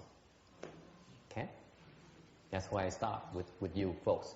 But for the Buddhists, cái mà tôi nói là những người da trắng á, người ta không biết á, thì tôi nói là cái gia đình khi mà mình làm đám tang đó, bỏ cái tiền ra xài đó, thì nên để một số tiền để mà đầu tư vào làm cái chuyện đám tang theo cái kiểu 49 ngày này. thì nó có lợi lộc rất lớn lao. Okay. Còn những người á, mà tin về cái Phật tin về cái pháp 49 ngày này á, okay, thì không phải nhất thiết phải làm với chúng tôi. Okay. Đều á, nên hỏi chúng tôi nên làm cái gì.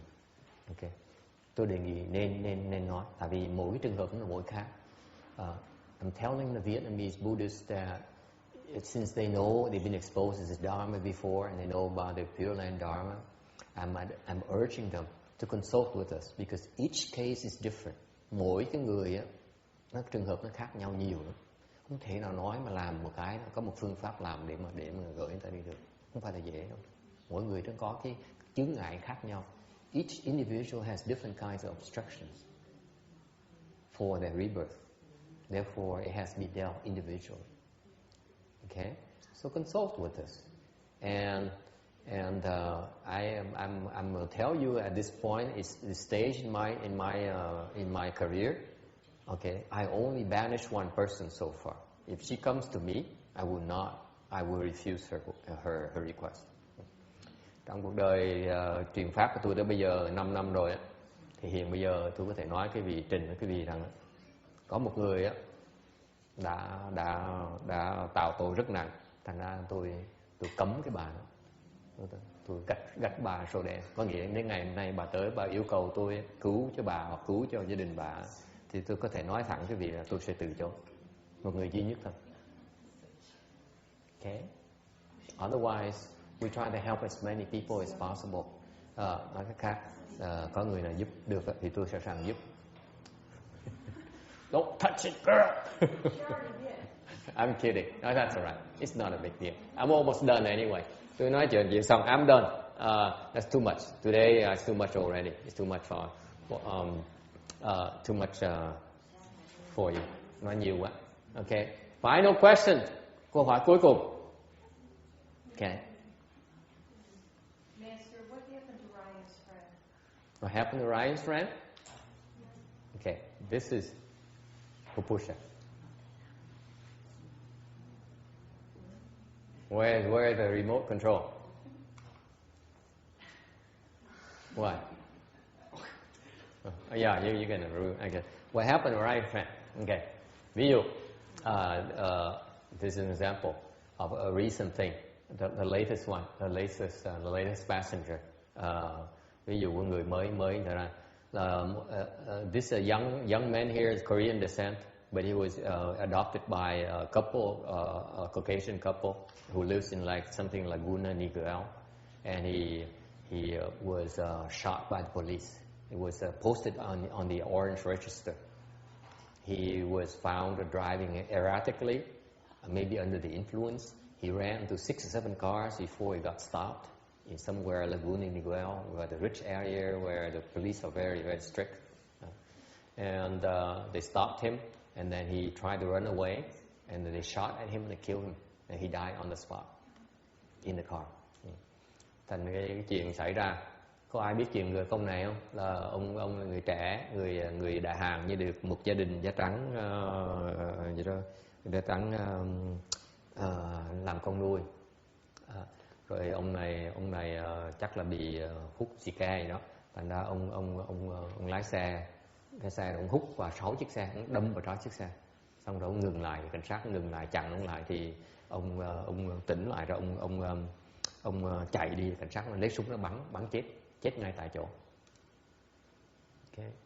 So the family is atheists. They don't believe in any of this stuff, this spiritual stuff. Gia đình đó thì không có tin về tôn giáo nào hết. They don't believe in anything. Okay. But the friend, his best friend is one of the students here. Đều cái người bạn thân của ông ấy là tới đây. He's my accountant, by the way. Ông đó là người làm kế toán cho tôi đó. And he requested help from me. Ông mới yêu cầu tôi giúp đỡ cái 49 ngày. Yeah. The funny thing is that, chuyện đó tôi cười lắm. I talked about paving the way, Hồi nãy tôi nói chuyện là sửa soạn cho vãng sanh chứ gì, sửa soạn để mà tới 49 ngày gì. Thì what happened is that when Ryan tried to ask me to help Colby is the dead guy, Ryan is the living guy, okay, the alive one. So when Ryan was trying to reach me to ask during the 49 days after Colby's death to help him, we almost lost the first 5 or 6 days. He could not reach me. Ông trò tôi liên lạc với tôi để yêu cầu tôi giúp cái 49 ngày đó. Thì trong lúc mà liên lạc đó, 5 ngày đầu tiên liên lạc tôi không được. We almost missed the first week. Okay. So only after 5 days I got the request. Sau 5 ngày sau chết rồi. Chết 5 ngày rồi tôi mới được nhận được tin ông. That means obstruction. Okay. He has all kinds of obstruction. He couldn't reach me. He could not come reach me to ask for help. Người bạn thân đó muốn tới cầu cứu mà cứu không được. Mất 5 ngày. So luckily when I got that, I looked into him and lúc tôi gặp được and I realized that this you carry when he passed away and went to this intermediate skandha state. Khi mà ông nó chết đó, ông vào cái trung ống thân đó, I realized this guy is demented. Ông bị điên.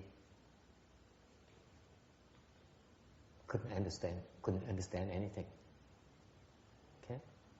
Không hiểu gì hết đó. Meaning that King Yama brings it, okay? Here's what do you want to do? Huh? What are you going to do? Okay. Kim Vương giận trước mặt ra phán hỏi nè, bây giờ trường hợp như vậy mày giờ con muốn làm gì? Nó ngơ mà, nó đâu có hiểu gì đâu, nó không biết làm gì hết, nó điên, nó không hiểu gì hết. What can you do? 49 days, nothing 49 days can do. Một pháp 49 ngày không làm gì được hết. Nothing we can do. He has to decide ultimately where he wants to go. He has no idea where he's going, where he wants. We're hopeless. We're helpless. We cannot help him.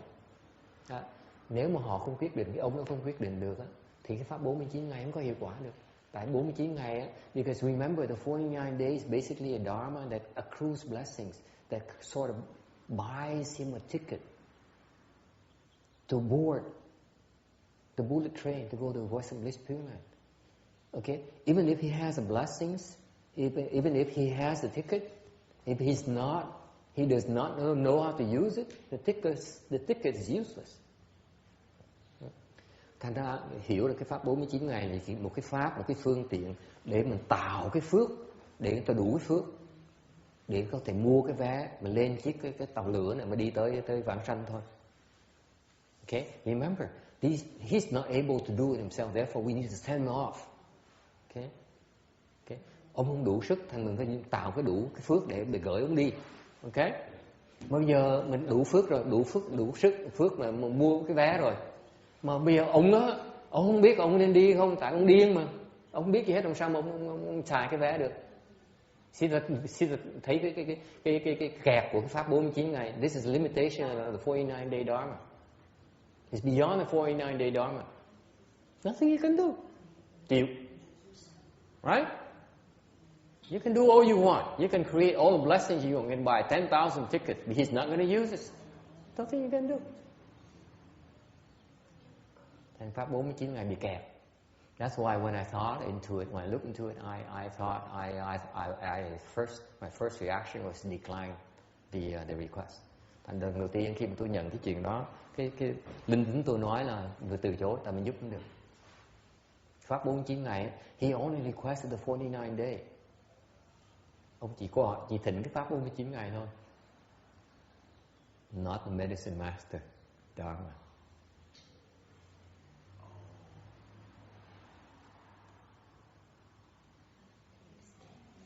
You see, that's the third item that I'm not explaining because it's beyond this realm. I want to talking about rebirth, but it's a lot more than that. Okay, you get what you ask for. He only asked for the 49 days. Nothing I can do about it. So I thought, you asked me to try to help. I can't take your money and say, I don't think I can help because the guy is goo goo gaga. He's not gonna be able to understand the benefit of going to Bliss Pureland. No matter what King Yama explains to him, he doesn't get it. So at the end, King Yama will be the one who decides. No. Yeah, ultimately, but it's not optimal. Who knows what, by then it's up to King Yama, and it's not good either. You never know what King Yama is going to be. Maybe you got on the wrong foot that day, is not a good thing for you either. Because if you better off deciding for yourself what's best for yourself. The King Yama says, okay, Pure Land here, heaven here, hell's here, okay, which one do you want? The choices are presented to you and you make the choice yourself. That's the best thing for you. That's what we want. Right? Thành cái chuyện nó khó khăn lắm. Tại vì lúc mà tôi nhận cái đó thì họ thì tôi thấy bị kẹt. Tại vì tôi thấy rằng là cái 49 ngày nó không đủ sức mà giúp. Tại vì giúp người ta không quyết định được. Thành tôi cái đầu tiên hết là tôi muốn từ chối. Tại mình giúp không được. Mình nhận nhưng mà người ta yêu cầu mình giúp là vãng sanh, mình biết á, cái pháp vãng sanh nó tới lúc đó chưa chắc họ xài được, thành ra mình giúp làm gì, chẳng thà mình nói không để người ta kiếm chỗ khác mà giúp. So my initial reaction was to decline it so that they go to somewhere else where they have a better chance for that, because my hands are tied. I don't know how to decide for this guy. Okay, I can't decide for this guy, and he didn't request for that. And ông không có hỏi, ông hỏi giúp là cái gì? He didn't know, no one knew. None of his family knew that the guy was on drugs. He was crazy. So they carried on to the next phase. That's called habit energy, by the way. It takes a long time to change it. You carry the same exact thing to the next, across the wall, to the next room. That's all you do. Không hiểu rằng cái tạp khí nó quan trọng dễ sợ. Tại vì mình làm bậy, khi mình chết mình đem cái bậy đó, tạp khí bậy đó qua tiếp với mình. Ông nào ông bị điên khùng đang nghiện thuốc. Thành ra lúc ông chết á, thì ông đem cái tâm đó ông đem vào cái trung ấm thân, cũng điên khùng như vậy luôn. Nó khó như vậy, it's very difficult. Okay. And then one thing that happened though, Ryan got real afflicted. Cái ông trò tôi mới là rất là phiền não. He said, I want to use all my blessings to help me obtain rebirth. That's the sincerity that was from the request. That's why I went extra yard. Okay. Now you understand why the request is very important. It's how you request it that affects what I do. Because if he were to say, okay, oh, by the way, Master, my friend passed away, can you do the 49 days like you usually do? Yeah, okay, no problem, I do it 49 days. Okay, that's all you get. But now the guy says, he's my best friend. I want him to be reborn in Western Bliss Pureland. Cái chuyện đặc biệt cái chỗ là cái cậu con trai này là bạn rất thân của ổng, người chết. Anh cậu phiền não, cậu rất lo, cậu nói là theo cái hiểu biết của tôi á, là về Phật giáo này là ông này mà bị chết như vậy chắc chắn sẽ đọa, cách nào thoát được hết. Ông sợ ông này đọa. Thì ông nói là tôi muốn dùng tất cả những cái phước của tôi để mà giúp bản thân của tôi vãng sanh. Bởi vậy muốn được cái này phải thỉnh như vậy đó. Cái thỉnh nó loài cái sự thành tâm quý vị, nó có đủ cái duyên để mà giúp được. Okay, so I did the medicine thing to bring him back to normal. Then the 49-day Dharma. Then he decided to go for the Western Bliss Pureland himself. So each case is different. You go blindly and say, do the 49 day, good luck. Okay, every case is different. You need to look into it. That's why I stress the importance of paving the way. Because once you get there, okay, if you don't pave the way, the final minute of obstructions could arise, and you have no control over it. This is where we different our approach in a rebirth. We want to maximize everything. Don't want to take any chances. Thành ra vì cái thành tâm ông đó, tôi mới quyết định tôi phải xài cái pháp dược sư bên này để tôi gỡ lại ông, làm người ông bình thường lại. Okay. Mất 10 ngày, took me 10 days for him to become normal. So I did more than I was requested because of his insistence on helping his friend. Okay. And that's the unspoken request, without which I could have not taken the liberty to do it on his behalf. Okay. Thành ra cái ông cái duyên này là tại vì ông cái thành tâm ông muốn giúp bạn ông á, với bất cứ giá nào, tôi mới đủ cái dùng cái duyên đó, tôi mới dám dùng tự động, tôi dùng cái pháp sức của tôi để mà giúp những cái mà tôi biết để mà giúp tốn 10 ngày để gửi cho cái ông này bình thường lại. Rồi sau 10 ngày mới dùng cái pháp 49 ngày mới có hiệu nghiệm được. So after 10 days, then the 49-day Dharma accrues and then can take effect. And then he gets to choose. And he chose the Western Bliss Pureland. Sau cái 49 ngày đó thì ông này bình thường lại, ông đủ phước rồi thì ông leo lên tàu lửa ông đi rồi. Okay. Thành mỗi cái trường hợp nó khác nhau. Quý vị không dễ đâu, cứ đừng có tưởng là mình chết xong là tới 49 ngày là xong, không có đâu. Mỗi trường hợp nó khác nhau nhiều lắm. Every case nó hoàn cảnh nó khác nhau nhiều lắm, khó mà nói. Okay. Thành bên phía chúng tôi á, bổn tự chúng tôi là chủ trương là mình sửa soạn, mình gạt mấy cái chướng ngại trước đi. Okay. Thì lúc tới đó trở tay không kịp á. Ok.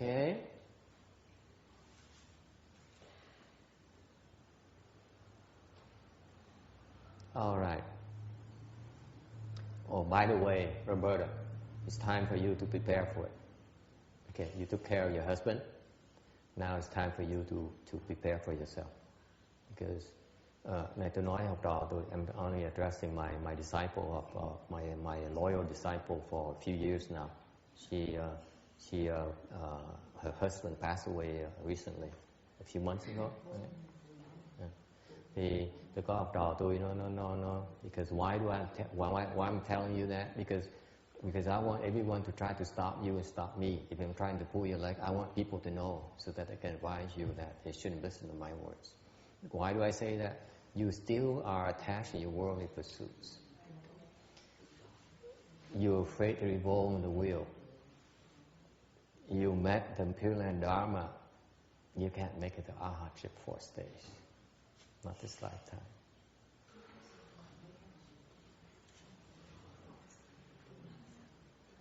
Okay, you have no control of your birth and death. None.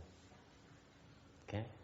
It takes a lot to get there. It takes a lot, an awful lot. Okay? So never mind about being enlightened. It's even harder. Okay? Entering a Buddha's recitation samadhi, not sure. Okay? Not easy. Not easy at all. You may make it, you may not. So, just in case, number 7, just in case you don't make it, accrue for it. Does it make sense to you? Okay, so that's why you should get the rebirth plaque for yourself. Okay, to pave the way for it, and then the 49 days, okay? Because I sure hate to see you depend on your family and your relative to make that decision. Okay. Good insurance. Okay. All right. Any questions? Ai thắc mắc gì không? No questions?